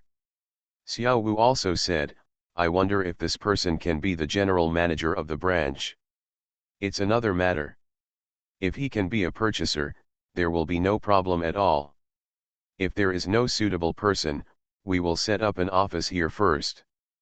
Zhang Xiangbei said yes. The second person who came for the interview was not ideal, so Zhang Xiangbei rejected it on the spot and didn't even give him a chance to wait for a call at night. The last person in the afternoon was a woman named Xiang Yun. For this person, Wu Huan and Zhang Xiangbei repeatedly explained. Wu Huan said, "Mr. Zhang, I know that this job is not suitable for women. I will do the same with this person." I repeatedly explained to Evian, but it was useless. She just insisted that she was capable, saying that she liked running around, so she must be given this opportunity. "Mr. Zhang, I really have no choice. She has called me so many times. Mr. Zhang, please help me. Just meet her and help me get rid of her, okay?" Wu Huan begged Zhang Xiangbei on the phone, and Zhang Xiangbei laughed loudly. He said, "Okay, I will come and meet her for a while to see what kind of fairy she is." Wu Huan was laughing on the phone. She said, "A god is definitely not a god. You have seen the photo. He is just an ordinary person, but his voice is still very nice. Just close your eyes and do the interview. Go," Zhang Xiangbei cursed. Wu Huan laughed and hung up the phone.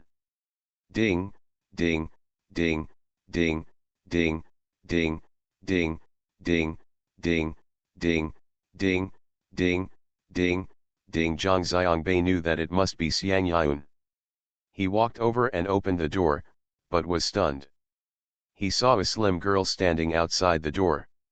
She had long, baked hair, light brown, fair skin, and a pretty face.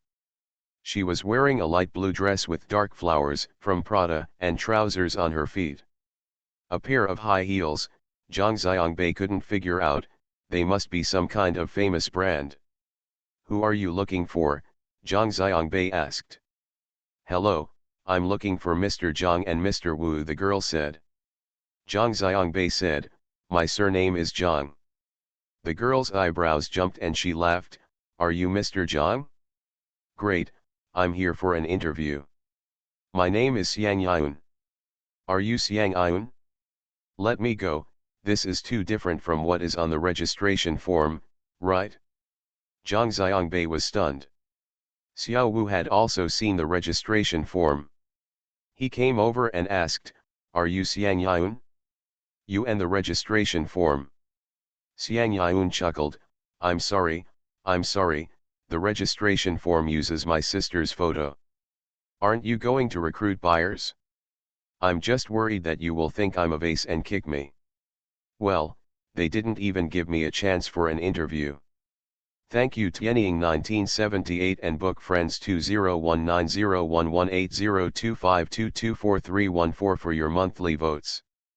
Thanks for all the votes and reading. Have a good evening everyone. The Pentium Era, South to North. Author, Mei Shi Niang. Chapter 1928. Xiang Yun handed his ID card to Zhang Xiangbei and said to him, "Mr. Zhang, I won't make another mistake this time, it's really me." Zhang Xiangbei looked at it and asked, "Are you from Ningxia too?" "Yes, it's the one on the ID card, Zioka Township, Penyang County." "Why, doesn't it look like it?" Xiang Yun asked. "No, I think you should be at least from Yinchuan," Zhang Xiangbei said frankly, "more like someone from a southern coastal city." Xiang Yun smiled with a complicated expression, "It seems that I succeeded." "What is success?" Zhang Xiangbei asked. Xiang Yun said, "I graduated from high school and came to Yinchuan. It was my first time in such a big city. I felt very inferior. Wherever I went, I felt like a country boy. I worked hard to change myself, learn from others, and work hard. Make yourself less of a country boy, it's completely invisible now, right? Zhang Xiangbei nodded. Although Xiang Yun's words made people feel very complicated, she was also really frank.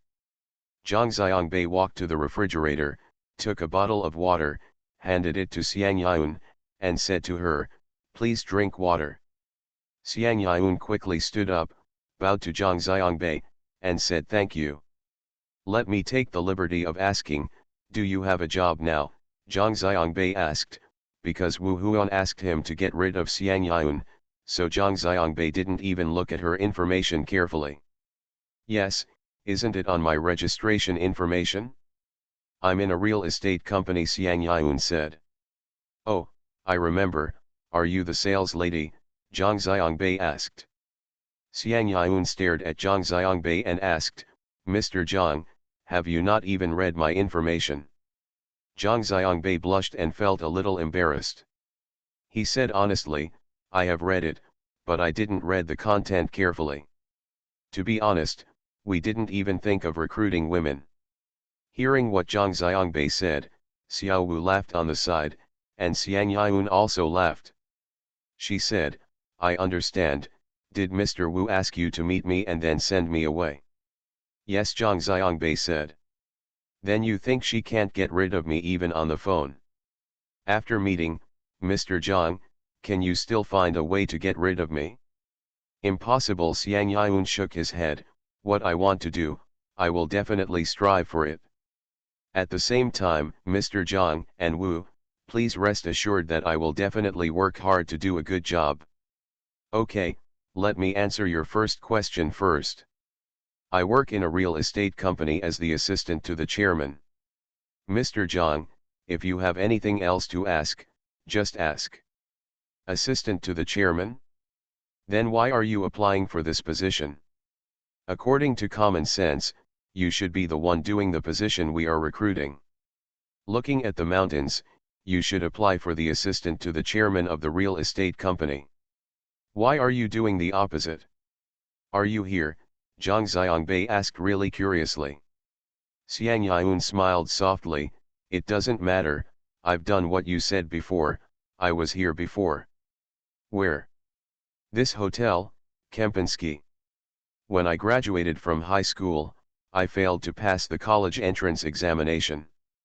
About 10 years ago, this hotel happened to be about to open. We came to recruit workers there, so I came here. I was at the front desk. I was in this hotel. I worked at the front desk for 3 years and became the front desk supervisor. Later, my current boss, who was also an old customer of our hotel, invited me to be his assistant, so I went." Zhang Xiangbei nodded. He felt that some puzzle pieces could be put together. "For example, why? This girl is very courageous and knowledgeable. At the front desk of the hotel, she will come into contact with all kinds of people. For a girl, she is really a position that can quickly broaden your horizons. For example, when he handed her water, she would stand up reflexively and bow to him to express her greetings. This was also done through professional training." "Then why don't you want to work in a real estate company now?" Zhang Xiangbei asked. "I don't like it," Xiang Yun said, "our real estate company is not that big. Maybe a big real estate company would be better. A small real estate company like ours can't do serious business. The main job every day is to treat guests to dinner. I don't like that kind of occasion and it makes my heart hurt." "My heart hurts? Why?" Zhang Xiangbei asked. "You know, I come from the countryside, and my family's conditions are very average. When I eat every day, I look at the table of food and wine in front of me, and I think, what is eaten in this meal, but there are several portions in our place. The problem is that it's not worth a person's annual income. I mean, the people invited to such expensive food and drinks are not worth it. Those people are all." Xiang Yun stopped as she spoke. Zhang Xiangbei and Xiao Wu looked at her without interrupting her. After a while, Xiang Yun continued. "Also, I feel like eating with them every day is just like being with a group of perverts. Our boss is a nice guy and he doesn't have any bad thoughts about me. He is very conflicted and wants to protect me, but he doesn't dare. Sometimes he even half-heartedly, I even felt that sometimes he hoped that I would be less, so rigid, so that it would be much easier for him to do things. I work in such a working environment every day. Think about it, how can I be happy and like this job? Zhang Xiangbei asked, then why don't you change your job? I think, but how can I find a job as a high school graduate? Those who don't mind me being a high school student have other ideas. I might as well follow my current boss. At least he won't be so shameless. Xiang Yun said, I also thought about going back to the hotel, but I couldn't bear this face. It's vanity. Now that I've gone out, who will come back dejected? I saw your recruitment notice. You said there is no academic qualification requirement, so I signed up.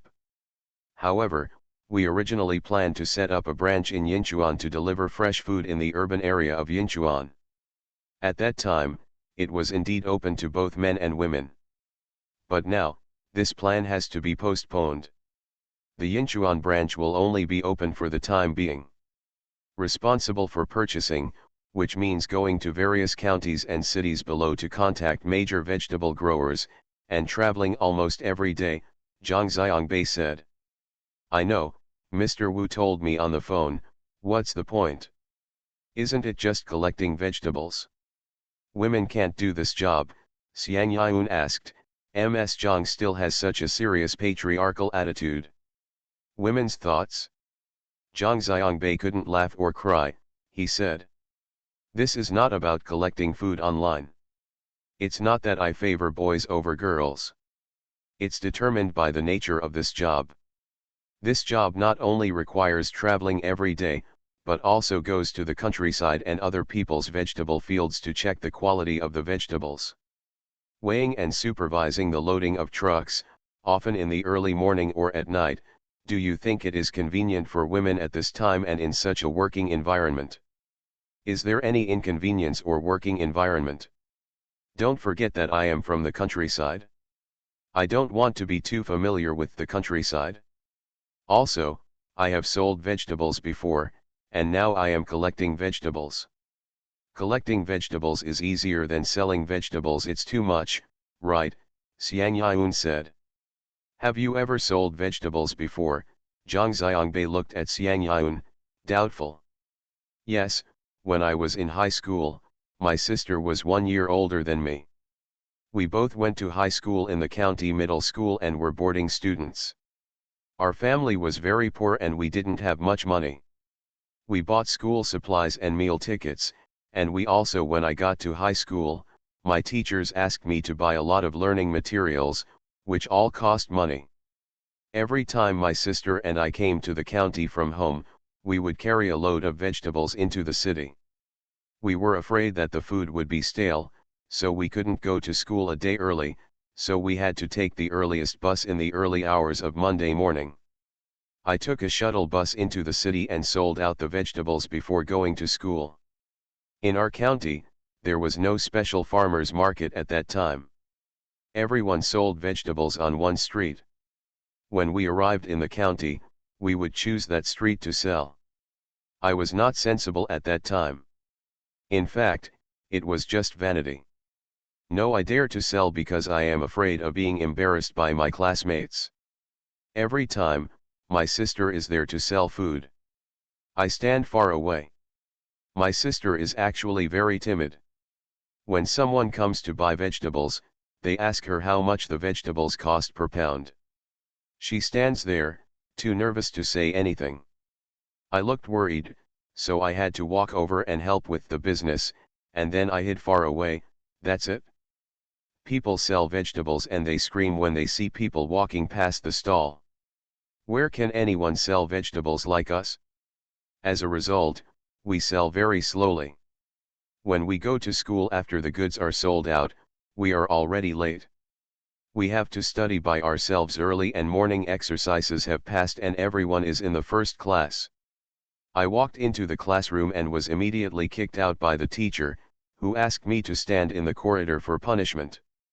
I came out and saw, haha, my sister was standing at the other end of the corridor. She was also kicked out by their teacher. Xiang Yun happily talked to Zhang Xiangbei and Xiao about her past things. She talked happily. Zhang Xiangbei and Xiao listened, but they felt a little shocked. Two girls were carrying vegetables to go to school. They needed to only buy selling vegetables. Can you have your own living expenses? What kind of life is that? Xiang Yun continued, later I thought of a way. When we went to that street again, my sister was guarding the vegetable basket, so I asked along the way. Everyone who sold vegetables on that street acted like a good person. For example, radishes, for example, sell for 50 cents per caddy today, and all the radishes on the street sell for 50 cents. When I asked the price, we sold them for 48 cents. People who buy groceries are like this too. They have to ask several stores before they buy. They asked other stores and the price was 50 cents. We were the only ones with 48 cents. They would definitely buy from us. People like to join in the fun. There were two people buying. Other people will come to buy our food, so if our food is all taken away at once, we can go to school. It seems that you have really sold vegetables. Those who have never sold vegetables would not know such details, Zhang Xiangbei said. Of course I have sold it. Why did I lie to you? I know, Mr. Zhang, do you still think it is unsafe for a girl to do this job? Xiang Yun asked. Zhang Xiangbei nodded. Don't worry, I'm very fierce when I'm fierce. All the boys in our class used to be afraid of me, Xiang Yun said. Xiao Wu smiled and said, how fierce is it? It's very fierce. You'll know it when you see it, Xiang Yun said. By the way, you can go to the engineering department of this hotel and ask. The people in the hotel engineering department are the laziest, but they are all afraid of me. In the past, if something breaks down at our front desk, if we call the engineering department, they will take their time, but as long as I call, they will come right away. Okay, I was moved by what you said. Zhang Xiangbei looked at Xiao Wu, and Xiao Wu nodded. Xiang Yun, look at me, I have something important to ask you, Zhang Xiangbei said. Okay. Xiang Yun straightened his face, looked at Zhang Xiangbei, laughed again and shouted. No, Mr. Zhang, you are too serious. I want to laugh when I see you. If you have anything to say, just tell me. I ask you to carefully consider whether you really want to do this job. If you are just doing it for fun, fishing for 3 days and drying nets for 2 days, we don't dare to do it. Although procurement is not a very important job, but for us, it is indispensable even for a day. You can't say that one day you give up and we won't even be able to distribute the food, Zhang Xiangbei said. Xiao Wu nodded beside him. Okay, Mr. Zhang, Mr. Wu, I will tell you very seriously. Xiang Yun raised his face again and looked at Zhang Xiangbei. This time, Zhang Xiangbei couldn't hold back anymore and turned his head away. Xiang Yun said, I assure you, I have already thought about it, and the situation you mentioned, Mr. Zhang, will never happen. Zhang Xiangbei asked, then when can you go to work? It'll be okay soon. I've already said hello to our boss, Xiang Yun said. Okay, would you like to go to Shizuishan with us tomorrow? Zhang Xiangbei asked. You are the boss, of course you have the final say, Xiang Yun smiled. Zhang Xiangbei decided to recruit her because he thought of it. When they went to buy vegetables, they were all cash transactions. According to their company's regulations, when cash transactions were involved, 2 people must be present. In this way, as long as the time came, Xiang Xiangbei would just take a male companion with Evian.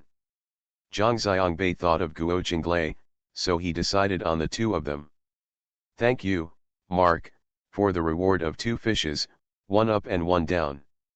Thank you, Suyuinian, Mark, take a look, Kidnapper, Shi Yitan, Hammer Shake Music, Book Friends 201703031958399050, Book Friends 201808030256350047, Wahaji, Suspended Dust, Love, Tianwei Y, Winsanliu, Book Friends 201910091144344217, Free Reign Monthly Votes for Guo Tianqing, Dragon, On the Road to a Nation, Captain Jim, Ziz Hiw, Xiao Xiao, Donation in Vain Lao Yu, Book Friend 202105052157269113.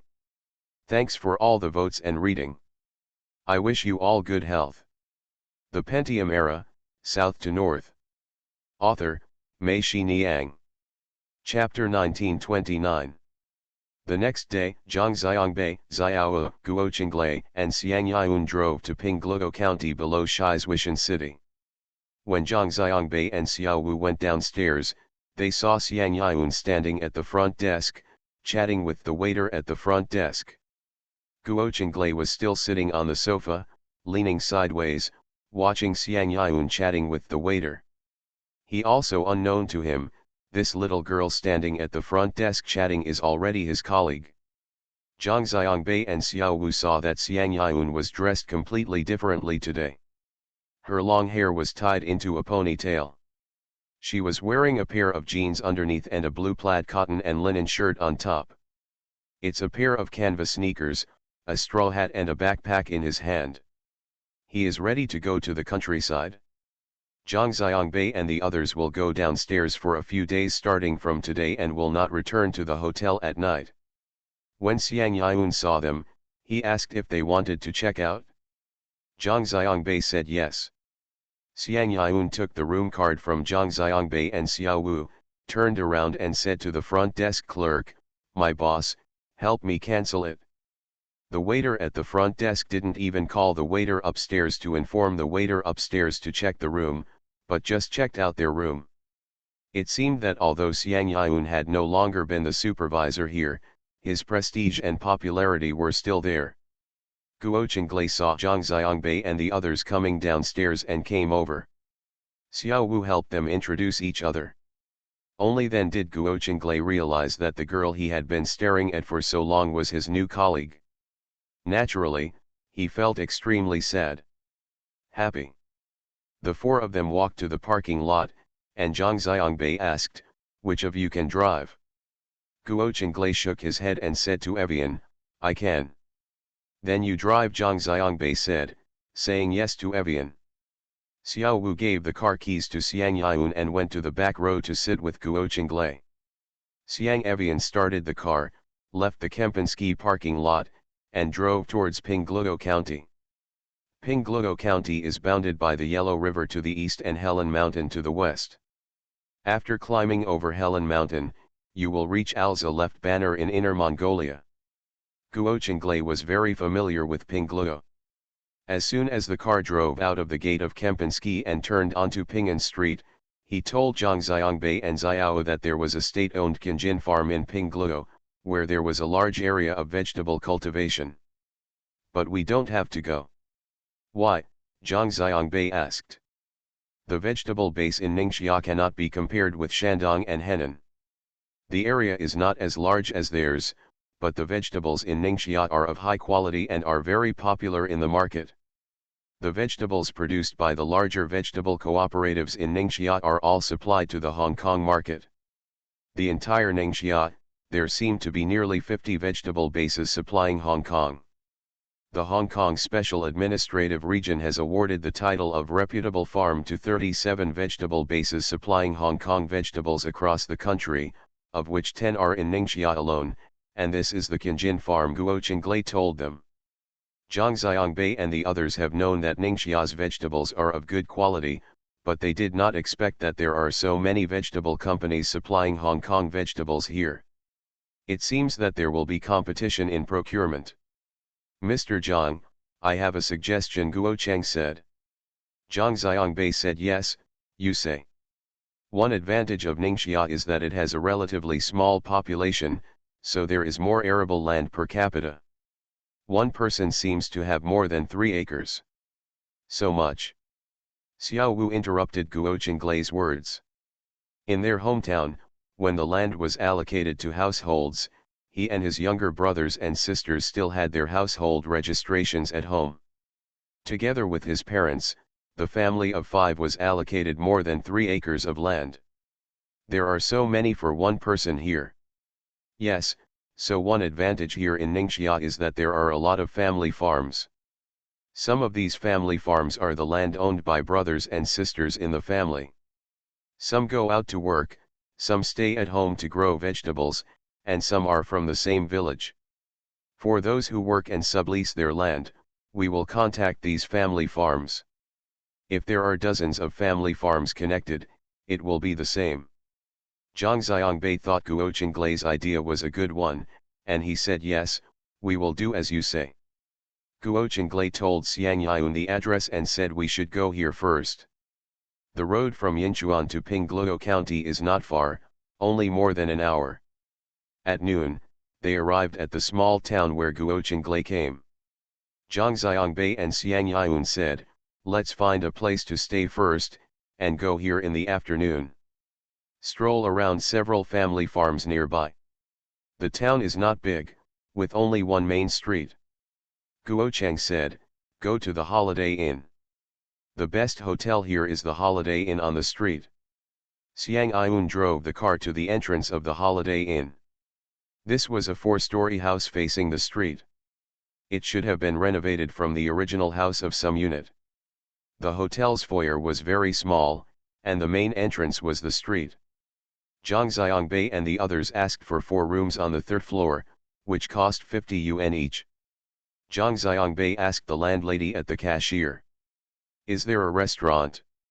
The landlady looked at him and said, there is a restaurant, but no one is eating here. If you want to eat with our family, you can also eat out. There are restaurants on the streets, and there is food available in the middle of the night. Zhang Xiangbei laughed and said okay, let's go out to eat. There was no elevator in the hotel, so they took the stairs to the 3rd floor and entered the room. The furnishings in the room were very simple, but fortunately, it looked relatively clean. Zhang Xiangbei put his luggage away and went to the bathroom to wash his face. There was a knock on the door. Zhang Xiangbei opened the door. Guo Chenglei and Xiang Yun were standing at the door. Mr. Zhang, take all your valuables with you and don't leave them in the room, Guo Cheng said. What? Zhang Xiangbei asked. There are many gentlemen in the hotels here, Guo Cheng said. No, I don't have any valuables, Zhang Xiangbei smiled. Guo Chenglei asked curiously, you are such a big boss, but you don't have any valuables. There really isn't anything. Apart from bank cards and mobile phones, there's nothing valuable, Zhang Xiangbei said. I don't usually have anything, and since we've been running around outside this time, there's even less. Xiang Yun walked into Zhang Xiangbei's room and walked around. She patted Zhang Xiangbei's trolley box and said, this box costs more than 8,000 yuan. Then he looked at Zhang Xiangbei's t-shirt spread out on the bed and said, this piece of clothing costs more than 4,000 yuan. He turned to look at Zhang Xiangbei's backpack on the table and said, this bag costs more than 16,000. Guo Chenglei was dumbfounded and shouted, Mr. Zhang, you still said there are no valuables, but your room is full of valuables. Xiang Yun rolled her eyes at him and said, childish, our money is different from other people's money. Guo Chenglei nodded repeatedly, that makes sense. Zhang Xiangbei spread his hands, what should I do? I can't go to someone else's farm with my trolley suitcase, right? Let's go, it's okay, the gentlemen here are ignorant, they won't want your things, Xiang Yun said. Walking in front of Zhang Xiangbei, she reached out and patted Zhang Xiangbei's wrist, and said to him, I noticed this yesterday. Your watch costs 860,000 yuan. Guo Chenglei said ah, and Zhang Xiangbei scratched his head and said, so expensive? I don't even know it. My aunt gave it to me. Xiang Yun looked at Guo Chenglei, goodbye, We don't have such an aunt. The three people walked out of the room, and Xiao Wu also walked out of his room. The four of them went downstairs and walked to the street. Zhang Xiangbei said to go to the mutton restaurant next door, and pointed to the noodle restaurant diagonally opposite to Ayun and said, "Let's have noodles for lunch, and then we can go do some errands. If you want to eat mutton, we can eat it when we come back in the evening. Ping Gluo's hand-caught mutton is good." The four of them walked into the noodle shop across the street and ordered 4 bowls of noodles. The owner of the noodle shop was very honest, and the noodles had already piled up with minced meat. After eating the noodles, they set off. They visited several family farms in the afternoon. Everywhere they went, Zhang Xiangbei and Xiao Wu deliberately avoided it, letting Xiang Yun and Guo Cheng come and talk to them while the two of them observed from the side. It can also be regarded as an assessment. Soon, it became Xiang Evian who was in charge of the conversation, with Guo Chenglei assisting on the side. Although Guo Chenglei used to be a keel collector, and it was commonplace to discuss business with people, he was still a foreigner after all. It was not as good as Xiang Evian, who could talk to Evian in just a few words. She hooked up with the other party and started a routine. Even more so when she was in the vegetable field or greenhouse. She was very familiar with the farm work in the vegetable field. When others were busy, she would work with them and chat while working. The relationship between the two parties soon became closer. At the beginning, at that time, Xiang Yun also wanted to help with the work, and even shocked the other party. They couldn't believe that this fair and beautiful city girl could do farm work. Everyone watched her with fun and curiosity. Unexpectedly, once she got started, she turned out to be an expert. Everyone was surprised, and then they started to like her. Zhang Xiangbei and Xiao Wu didn't expect that this girl was really surprising in every way. It seemed that what she told them yesterday didn't add any fuel to the fire. She couldn't pretend whether she was good at work or not. She was really a hard-working child who had to help grow vegetables at home since she was a child, and had to carry a load of vegetables to sell when she went to school. She was not as delicate as she seemed on the surface. He told Evian and these family farms that he wanted to establish a relationship with them. From now on, all their dishes would be underwritten by their company. They all agreed, but they were a little hesitant, as if they had something they couldn't say. Zhang Xiangbei and Xiao Wu Xian thought, maybe people are dissatisfied with them, and the checks they are issuing now are all empty promises, so they should be suspicious of them. It gets dark late in Ningxia. It was around 8 o'clock in the evening and it was still not dark outside. On the way back, they saw a farmer cutting vegetables on the roadside. Xiang Evian parked the car on the roadside and said to them, "You guys wait for me here, I'll ask them for a phone number and talk to them." As she said this, she got out of the car and walked into the vegetable field.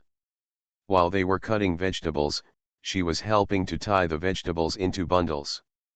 Zhang Xiangbei knew that tying vegetables was not a simple job.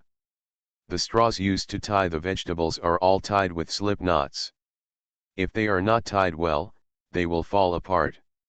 If they are tied too tightly, the vegetables will be damaged. Looking at Evian's deftness, she is well versed in this. After helping with the work for more than 10 minutes, Xiang Yun came back. She was soaked with sweat. When she got back to the car, she immediately took out the notebook in her bag and wrote down the name of the other party, the area of the farm, and the vegetables. She already knew the varieties, contact numbers, etc. Thank you for your monthly passes on Pialingyou, Lutianation, Shiyo Scooter, and Lpapa.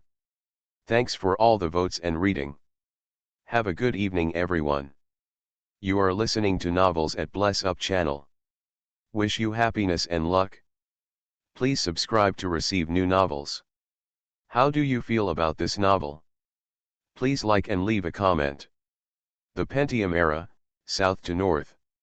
Author, Mei Xiniang. Chapter 1930. They returned to the entrance of the Holiday Inn. It was almost 9 o'clock, and it was starting to get dark outside. After running around all afternoon, everyone's stomachs were already growling with hunger, and at the same time they were a little excited. It felt like they had gained a lot this afternoon, and they were basically familiar with all the family farms in this area. There was no parking lot in the hotel, so the proprietress asked them to park the car on the roadside in front of the hotel. The four of them went to the mutton restaurant next door to the hotel without even going upstairs. The house of the mutton restaurant is not the same as the Holiday Inn. It is set back 4 or 5 meters, and there is an open space at the door. There are 4 folding tables on the open space. Next to each table are several red and green plastic stools. At this time, everyone who normally had dinner had finished their meal and left. In the whole mutton restaurant, there was only one table outside with customers. The 3 people sitting there were drinking, and the other tables were empty. Zhang Xiangbei and the others also found a table at the entrance of the store and sat down. The 4 people occupied each side of the table. When they sat down, Zhang Xiangbei saw the 3 people at the next table and kept looking towards them. It's because Xiang Yun is too eye-catching. Zhang Xiangbei felt that one of the people looked familiar, but he couldn't remember who it was and was too lazy to think about it. They ordered a large pot of hand-picked mutton, a plate of cucumbers, a plate of jelly, and a large pot of haggis, which contained braised sheep blood, sheep heart, sheep tripe, sheep intestines, sheep liver, etc. Zhang Xiangbei laughed when he saw it, and said to Xiao Wu, "We had trouble with pigs in Shaoguang, but now we have trouble with sheep again." Xiao Wu also laughed and said, "It's not bad. At least no one here will force me to drink." Guo Chenglei and Xiang Yun were both confused by what they said. They begged Yun, "Please tell us what this is." Zhang Xiangbei told them what happened to them at Lu Dihua's house in Shaoguang, and the 2 of them listened with joy. Zhang Xiangbei, Guo Chenglei, and Xiang Yun drank Xixia beer from green glass bottles, and Xiao Wu drank Coke. Guo Chenglei and Xiang Yun watched Xiao Wu drink Coke. Thinking of the story Zhang Xiangbei told them earlier, they couldn't help but keep laughing. Xiao Wu said, "Don't laugh." He raised his glass to Evian, "Okay, Mr. Wu, I won't laugh. I'll toast you with a drink. You can use Coke instead of wine." Xiao Wu picked up the cup and clinked it with Xiang Yun. When the mutton arrived, Zhang Xiangbei couldn't wait to pick it up with chopsticks and shouted to Evian, "Grab it with your hands, just use your hands to grab the mutton, don't be so elegant." After hearing this, Zhang Xiangbei actually put down his chopsticks, reached out and grabbed a piece of mutton and bit into it, nodding his head as he ate. Zhang Xiangbei remembered it while eating, and asked Xiang Yun, "Do you have to use your hands to catch mutton?" Guo Chenglei chuckled on the side, rolled his eyes at Evian and said, "Of course, look at Xinjiang, do people eat with their hands? That's not right. When it comes to hand copying in Chongqing, I didn't see anyone copying by hand," Zhang Xiangbei said. Xiang Yun was stunned for a moment and quickly changed the topic, "Mr. Zhang, tell me your thoughts about the meal." "Fresh, fragrant, and tender," Zhang Xiangbei said, "the most important thing is that there is no mutton smell. By the way, in the future, our platform will also be able to sell mutton here." "Do you know why this mutton is so delicious?" Xiang Yun asked. Zhang Xiangbei shook his head. "Because it's a little eunuch sheep," Xiang Yun said. Xiao Wu turned his head suddenly and sprayed the Coke in his mouth onto the ground with a pop. Zhang Xiangbei almost choked on the mutton, and both of them stared at Xiang Yun. Xiang Yun smiled and said, "Really, the hand catching here uses G sheep that are over 8 or 9 months old and under 1 year old. You know what G sheep are, which are castrated rams. You say, this is it, the little eunuch sheep." When Xiang Yun said this, Zhang Xiangbei and Xiao Wu felt that it was true. Zhang Xiangbei joked that from now on, we would simply call it little eunuch mutton on the platform, and it would definitely become an internet celebrity product. Xiao Wu kept nodding his head, "Yeah, little eunuch, they are indeed such tender skin and tender meat, and they speak softly. No wonder they are so delicious. Come on, eat more. Eh, disgusting. Xiang Yun frowned and shouted. Xiao Wu chuckled, see if I'm still disgusting to you. What are you afraid of? I'll eat it anyway, Xiang Yun said, grabbing a piece of mutton, kissing it first, and saying to it, isn't that right, little eunuch? The three men were made to laugh by her. After finishing laughing, Guo Cheng looked at the three of them and said, the mutton here is delicious and addictive for a reason. Come on, what do you have to say? Zhang Xiangbei asked. Eating this mutton is like taking methamphetamine, Guo Cheng said. Nonsense, Xiang Yun snorted. Really, I didn't lie to you, Guo Cheng said, this sheep breed is called tan sheep. The tan sheep in Ningxia grew up eating licorice and mountain ephedra. What is mountain ephedra? It is an important raw material of ephedrine, ephedra. Do you know about alkali? I don't know, Xiang Yun shook his head.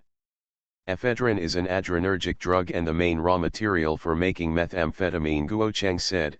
In this way, are we taking methamphetamine indirectly? Can we avoid becoming addicted? When it came to adrenaline, Xiao Wu knew about it and asked, is that true? If I eat this mutton, I will fail the doping test. Zhang Xiangbei said, after eating and going through customs, will the drug detecting dogs keep surrounding me? It's possible, Guo Chenglei nodded seriously, and everyone laughed. The four of them were eating and laughing like this. A large bowl of hand-caught mutton was quickly finished, and Zhang Xiangbei asked the boss to have another bowl. The position where Zhang Xiangbei was sitting was facing the three people. He saw that the three people kept looking this way.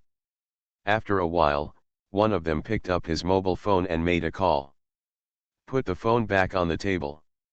Zhang Xiangbei felt a little suspicious, and he whispered to Xiao Wu, why does that guy over there look familiar to me, but I can't remember where I've seen him before.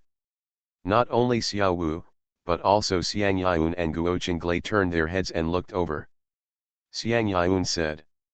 In the afternoon, when we went to the third farm, the guy in the blue t-shirt was there too. When Xiang Yun said this, Zhang Xiangbei also remembered it. No wonder, the other party looked at them from time to time, probably recognizing them. The four of them didn't take it seriously at the moment and continued to eat their food. 10 minutes later, a motorcycle roared up and parked on the roadside below. The guy driving the car was wearing a tight black t-shirt and had tattoos on both arms. There were two people clinging to him in the back seat of the car. The three people got off the motorcycle and walked inside. When the three people at the next table saw them, they stood up quickly. They called the guy with the tattoo Brother Biao.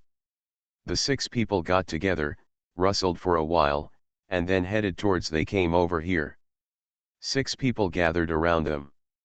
Xiao Wu looked up at them, then turned back and continued drinking his coke. Zhang Xiangbei remained calm and did not look at them, but looked at the mutton in front of him. Guo Chenglei was sitting there, knowing that something was not good, he became a little uneasy. He could only look at this and that to Yun, with an innocent look on his face. Are you going to come here to collect food, Brother Biao asked Xiang Yun. Yes, what's wrong? Do you have a farm at home? Xiang Yun asked. Brother Biao's face darkened and he said in a deep voice, after dinner, go back to where you came from. Don't let me see you again. What do you mean? Xiang Yun asked. This is not where you should come, Brother Biao said. Xiang Yun still asked, what do you mean? All the food in this town has been taken care of by the three of them. Brother Biao pointed at the three people and said, it turns out those three people are also vegetable sellers, no wonder they are in the vegetable field in the afternoon, and they must have heard what Xiang Yun and the farmer said, and knew that these people were here to rob own business. In just a short while, dozens of people from the street had gathered around, all coming to watch the fun, but they didn't dare to get too close, so they could only form a loose circle. Xiang Yun smiled softly and said, no wonder, I said those vegetable sellers are a bit weird. It turns out there is a vegetable boss here. Don't say it so harshly, it's good for you to know. Brother Baiao's eyes swept over the faces of the four people one by one. Xiao Wu was still drinking coke from a cup. Zhang Xiangbei put his hands on his chest and sat there looking at them. Guo Chenglei lowered his head. The owner of the mutton shop ran out quickly, holding a cigarette in his hand and smiling, Brother Baiao, please smoke. Roll. Brother Baiao cursed, and Ma Zhe behind him pushed the shop owner away. The boss staggered for 2 steps and stopped, and could only say to Zhang Xiangbei and the others, Boss, let's go. Zhang Xiangbei said, why are you leaving? We haven't eaten or drank well yet. Think of me as a treat, okay, the boss begged. Xiang Evian said no, we will pay for it ourselves. She looked at Brother Baiao and said, those vegetable farmers, if they don't sell vegetables to us, we won't force them to buy them, but you, I'm sorry, we didn't listen to your obligation. Then try it. I've warned you. If you don't listen, you might not leave here on foot, Brother Baiao said.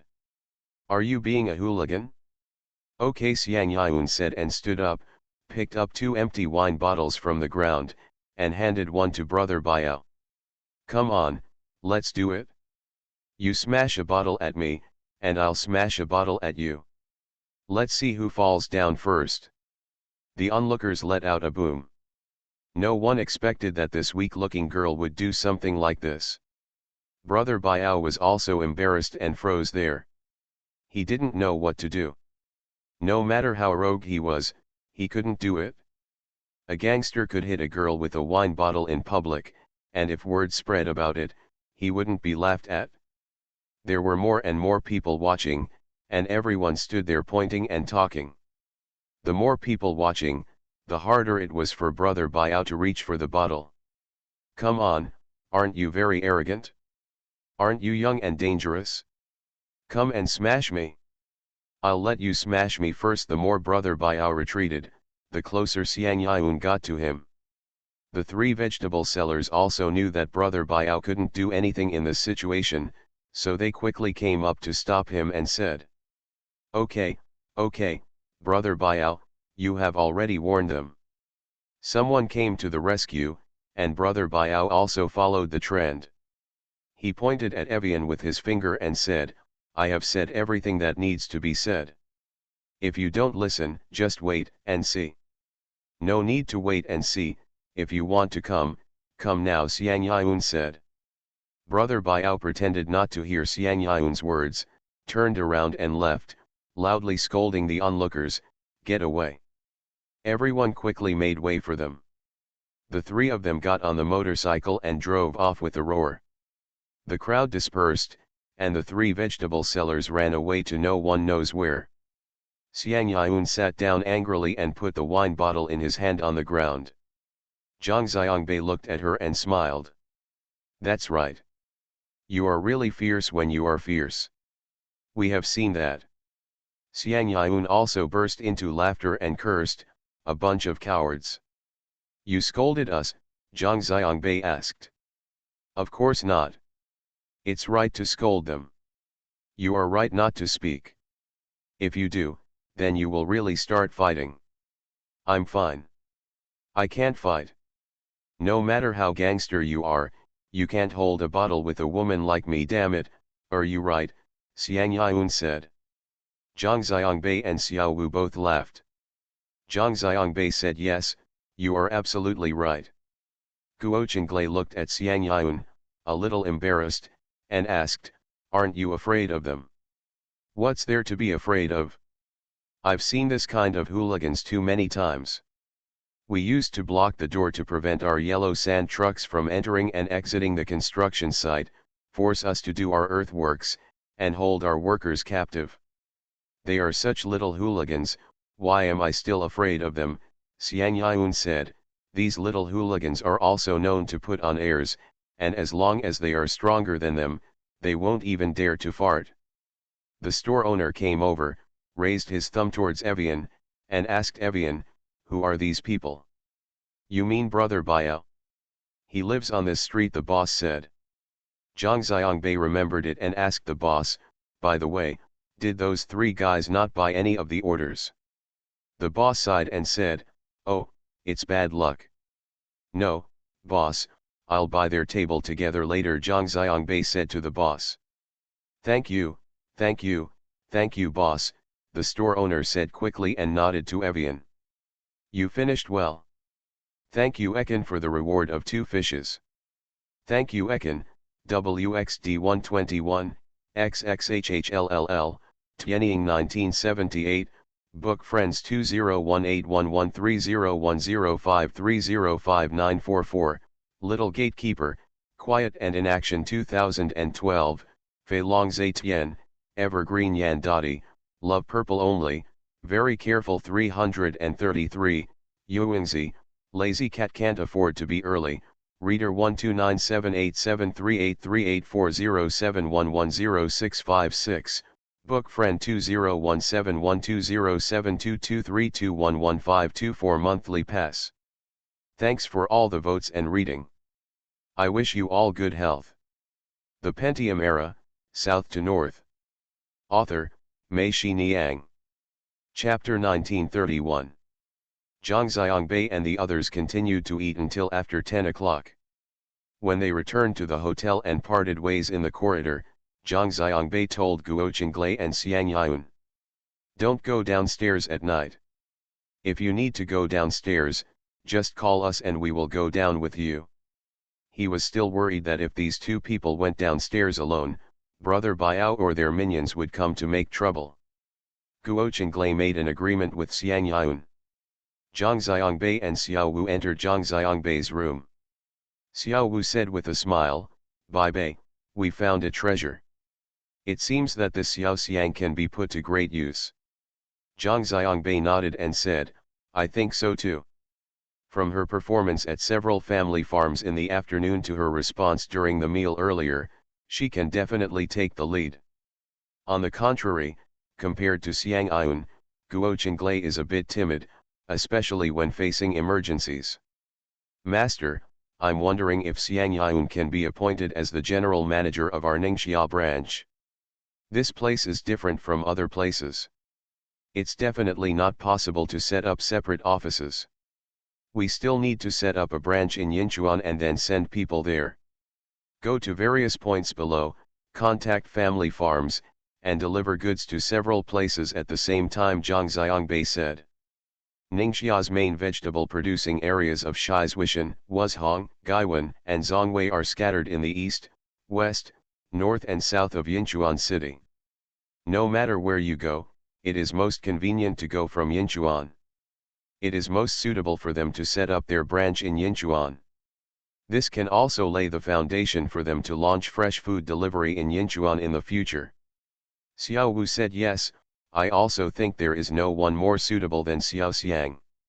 In this case, if we stop a few more points in Shizuishan and return to Yinchuan, we can go back to Hangzhou.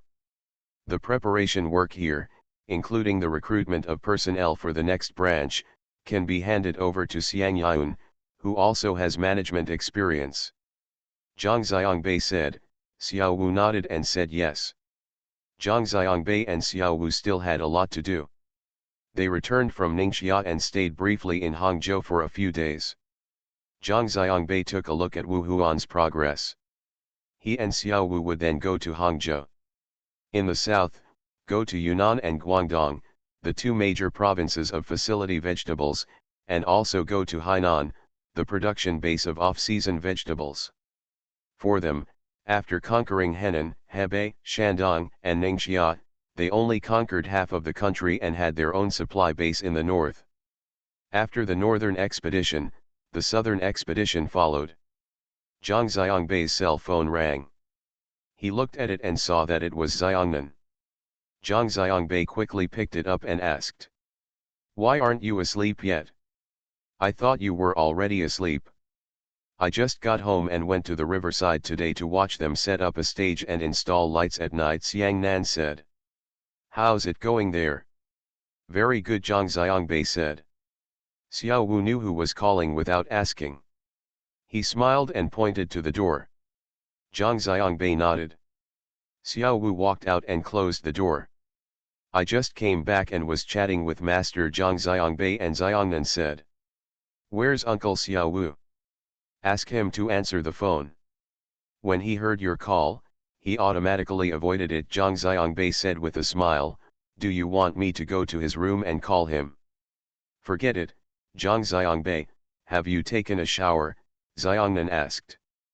Zhang Xiangbei said no. Neither do I, my body stinks. I won't tell you anymore. I'm going to take a shower. No, I want the video, Zhang Xiangbei cheated again. I told you I was going to take a shower, Xiangnan said. I just want to make a video while taking a shower, Zhang Xiangbei said in a low voice. Xiangnan spat, rogue. Yes, we are an old married couple. In front of you, I have no limits, Zhang Xiangbei said with a playful smile. Okay, there's really nothing I can do against you, Xiangnan sighed and chuckled. Then you go and wash it too. I want to be a gangster too. Okay, don't hang up. Zhang Xiangbei opened the WeChat video as he spoke, and Xiangnan accepted it immediately. Zhang Xiangbei took his mobile phone to the bathroom, where Xiangnan left. Zhang Xiangbei, what room are you staying in? Zhang Xiangbei looked around. Not only were the tiles on the bathroom wall uneven, but there were also many stains of suspicious origin. Several tiles were cracked. The ceiling was leaking, and there was a large black water stain, like a topographic map. Zhang Xiangbei smiled and said, this is already the best hotel here, Holiday Inn. Listen to the name, isn't it very classy? Okay, you've worked hard and I sympathize with you, Xiangnan said and kissed Zhang Xiangbei. After taking a bath and walking out of the bathroom, Zhang Xiangbei still looked at Xiangnan. While wiping his hair with a bath towel, Xiangnan walked to the bed and sat down to dry his hair. The hairdryer was still dancing towards Zhang Xiangbei and shouted. Come on, let me blow it for you too. She was laughing at Zhang Xiangbei. She had just finished washing her hair and found that there was no hairdryer or bath towel in the bathroom. She could only use a small towel to wipe it constantly. There was no other place to sit in the room. Zhang Xiangbei could only lie down half on the bed and continue to video chat with Xiangnan. He and Xiangnan talked about the day's events. The two new recruits were very good, especially the girl. Very capable. Is it beautiful? Xiangnan asked. Beautiful, Zhang Xiangbei said, but immediately changed his mind, not as beautiful as you, and not as capable as you. Xiangnan snorted.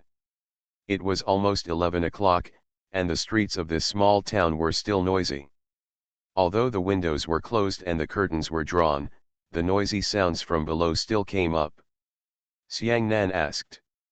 Why is it so noisy over there? I don't know, Zhang Xiangbei said, people in the town probably don't sleep at all. When we were in Yongcheng, at this time, a lot of people were not going out for midnight snacks. Yes, Xiangnan nodded. Ding Yusong and the others went for a midnight snack. I didn't want to go, so I came back. I have to get up early tomorrow. By the way, tell me, how can that girl do it? Why do you still remember this?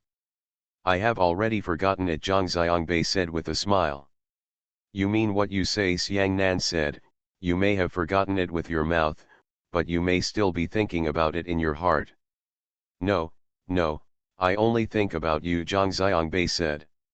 How dare you not only think about me, Xiangnan said, but you still have to tell me how that girl can do it. I really want to hear it. Zhang Xiangbei, don't be so pretty. I'm just out of curiosity. Don't think I will be jealous. I know, no one in this world deserves your jealousy, Zhang Xiangbei said. Zhang Xiangbei then vividly told Xiangnan what happened while they were having dinner. Xiangnan nodded and said. Yes, she reacts quickly and has courage. For a girl like this, Zhang Xiangbei, you must give her a chance. Yes, I was talking to Master earlier about appointing her as the general manager of our Ningxia branch and leaving Ningxia to her. That's pretty much it. Next time she comes to Hangzhou, I want to meet her, Xiang Nan said. Zhang Xiangbei said, yes, I will introduce you to each other. Oh, you can go to bed. It's already past 11 o'clock. Don't you have to get up early tomorrow? Xiangnan called out oh, and then kissed Zhang Xiangbei with a quick pop. Before Zhang Xiangbei could react, Xiangnan had already hung up the video with a smile. Zhang Xiangbei could only kiss the empty mobile phone and shook his head. His hair was still wet, so Zhang Xiangbei sat up and continued to wipe his hair. The noise on the street downstairs continued, and police sirens came closer and closer. They stopped downstairs, and Zhang Xiangbei muttered, "What kind of place is this? Young and dangerous guys are really running rampant." As Zhang Xiangbei spoke, his heart suddenly trembled. He jumped out of bed. He didn't even have time to put on his shoes. He ran to the window, opened the curtains with a swish, and looked down to see a member of the Joint Defense Team. I got into the police car, closed the door, started the police car, and the siren screamed again. Zhang Xiangbei ran back to the bed, hurriedly put on his clothes, put on his shoes, opened the door and ran out. He ran to Xiao Wu's room opposite and banged the door, but there was no movement inside the door. Two doors opened, one on the left and one on the right. Guo Chenglei and Xiang Yayun stood at the door, looking at him and asking, "What's wrong, Mr. Zhang?" "Have you seen Mr. Wu?" Zhang Xiangbei asked, and both of them shook their heads. "Oops, something happened." Zhang Xiangbei ran downstairs as he spoke. Xiang Yayun and Guo Chenglei immediately woke up and ran too. They had just heard the noisy sounds and sirens downstairs, but their room was across the corridor and not facing the street. Don't know what happened below. The three people ran to the first floor, and the landlady shouted when she saw them. "There was a fight, there was a fight. The man who came with you was fighting with others at the gate. He beat several people one by one. I was about to run upstairs to call you." Zhang Xiangbei really wanted to scold her. "You just know how to watch the fun, right? If you want to call us, what have you been doing?" Zhang Xiangbei thought for a moment without scolding and asked, "Where are the people?" "It has been taken away by the Joint Defense Team." "Take it where?" "Police station." "Where is the police station?" Zhang Xiangbei asked. The landlady flicked her finger. "On this street, keep walking until there is no way out, and that's the police station." The three people ran out quickly, ran to the door, looked up at Xiang Yayun, and said to Zhang Xiangbei, "Mr. Zhang, you go first, I will be right over." Zhang Xiangbei couldn't care less about her, so he jumped down the steps in front of the hotel and ran in the direction pointed by the landlady. Guo Chenglei was behind and ran with him. The two people ran all the way to the end of the street. There was a courtyard on the right-hand side. The courtyard was dimly lit and there was a police car parked in the courtyard. Here, Mr. Zhang, this is it." Guo Chenglei pointed to the sign beside the door and said. There was an iron gate at the entrance of the courtyard. There was also a small door on the iron gate. Both doors were closed. Zhang Xiangbei kicked it with his foot. The small door was ajar and was kicked open with a bang. Inside the door was a bicycle shed on one side and a row of pools on the other. There was a two-story house facing it. The door was open and the lights were on. Zhang Xiangbei and Guo Chenglei ran in. Inside was a hall with 4 or 5 assistants. The policemen were sitting under the ceiling fans blowing the air, and one of them was shirtless. Seeing two people suddenly rushing in outside the door, all the police officers shouted together, Hey, where did they come from?" Zhang Xiangbei did not answer their questions, but asked, "Where are the people you just brought back?" "Who are you?" a police officer shouted. "Mr. Zhang, over there." Guo Chenglei pointed to a room on the side. Zhang Xiangbei turned around and saw Xiao Wu inside, with his right hand handcuffed on a long chair. Zhang Xiangbei hurriedly rushed in, but was stopped by two people. He was grabbed from behind. Thank you to Crush Killer VIP for the reward. Thank you to Crush Killer VIP, Wahaji, On the Road to a Nation, James Chen, Yuzazialiu and Kidnapper for your monthly passes. Thanks for all the votes and reading. Have a good evening everyone.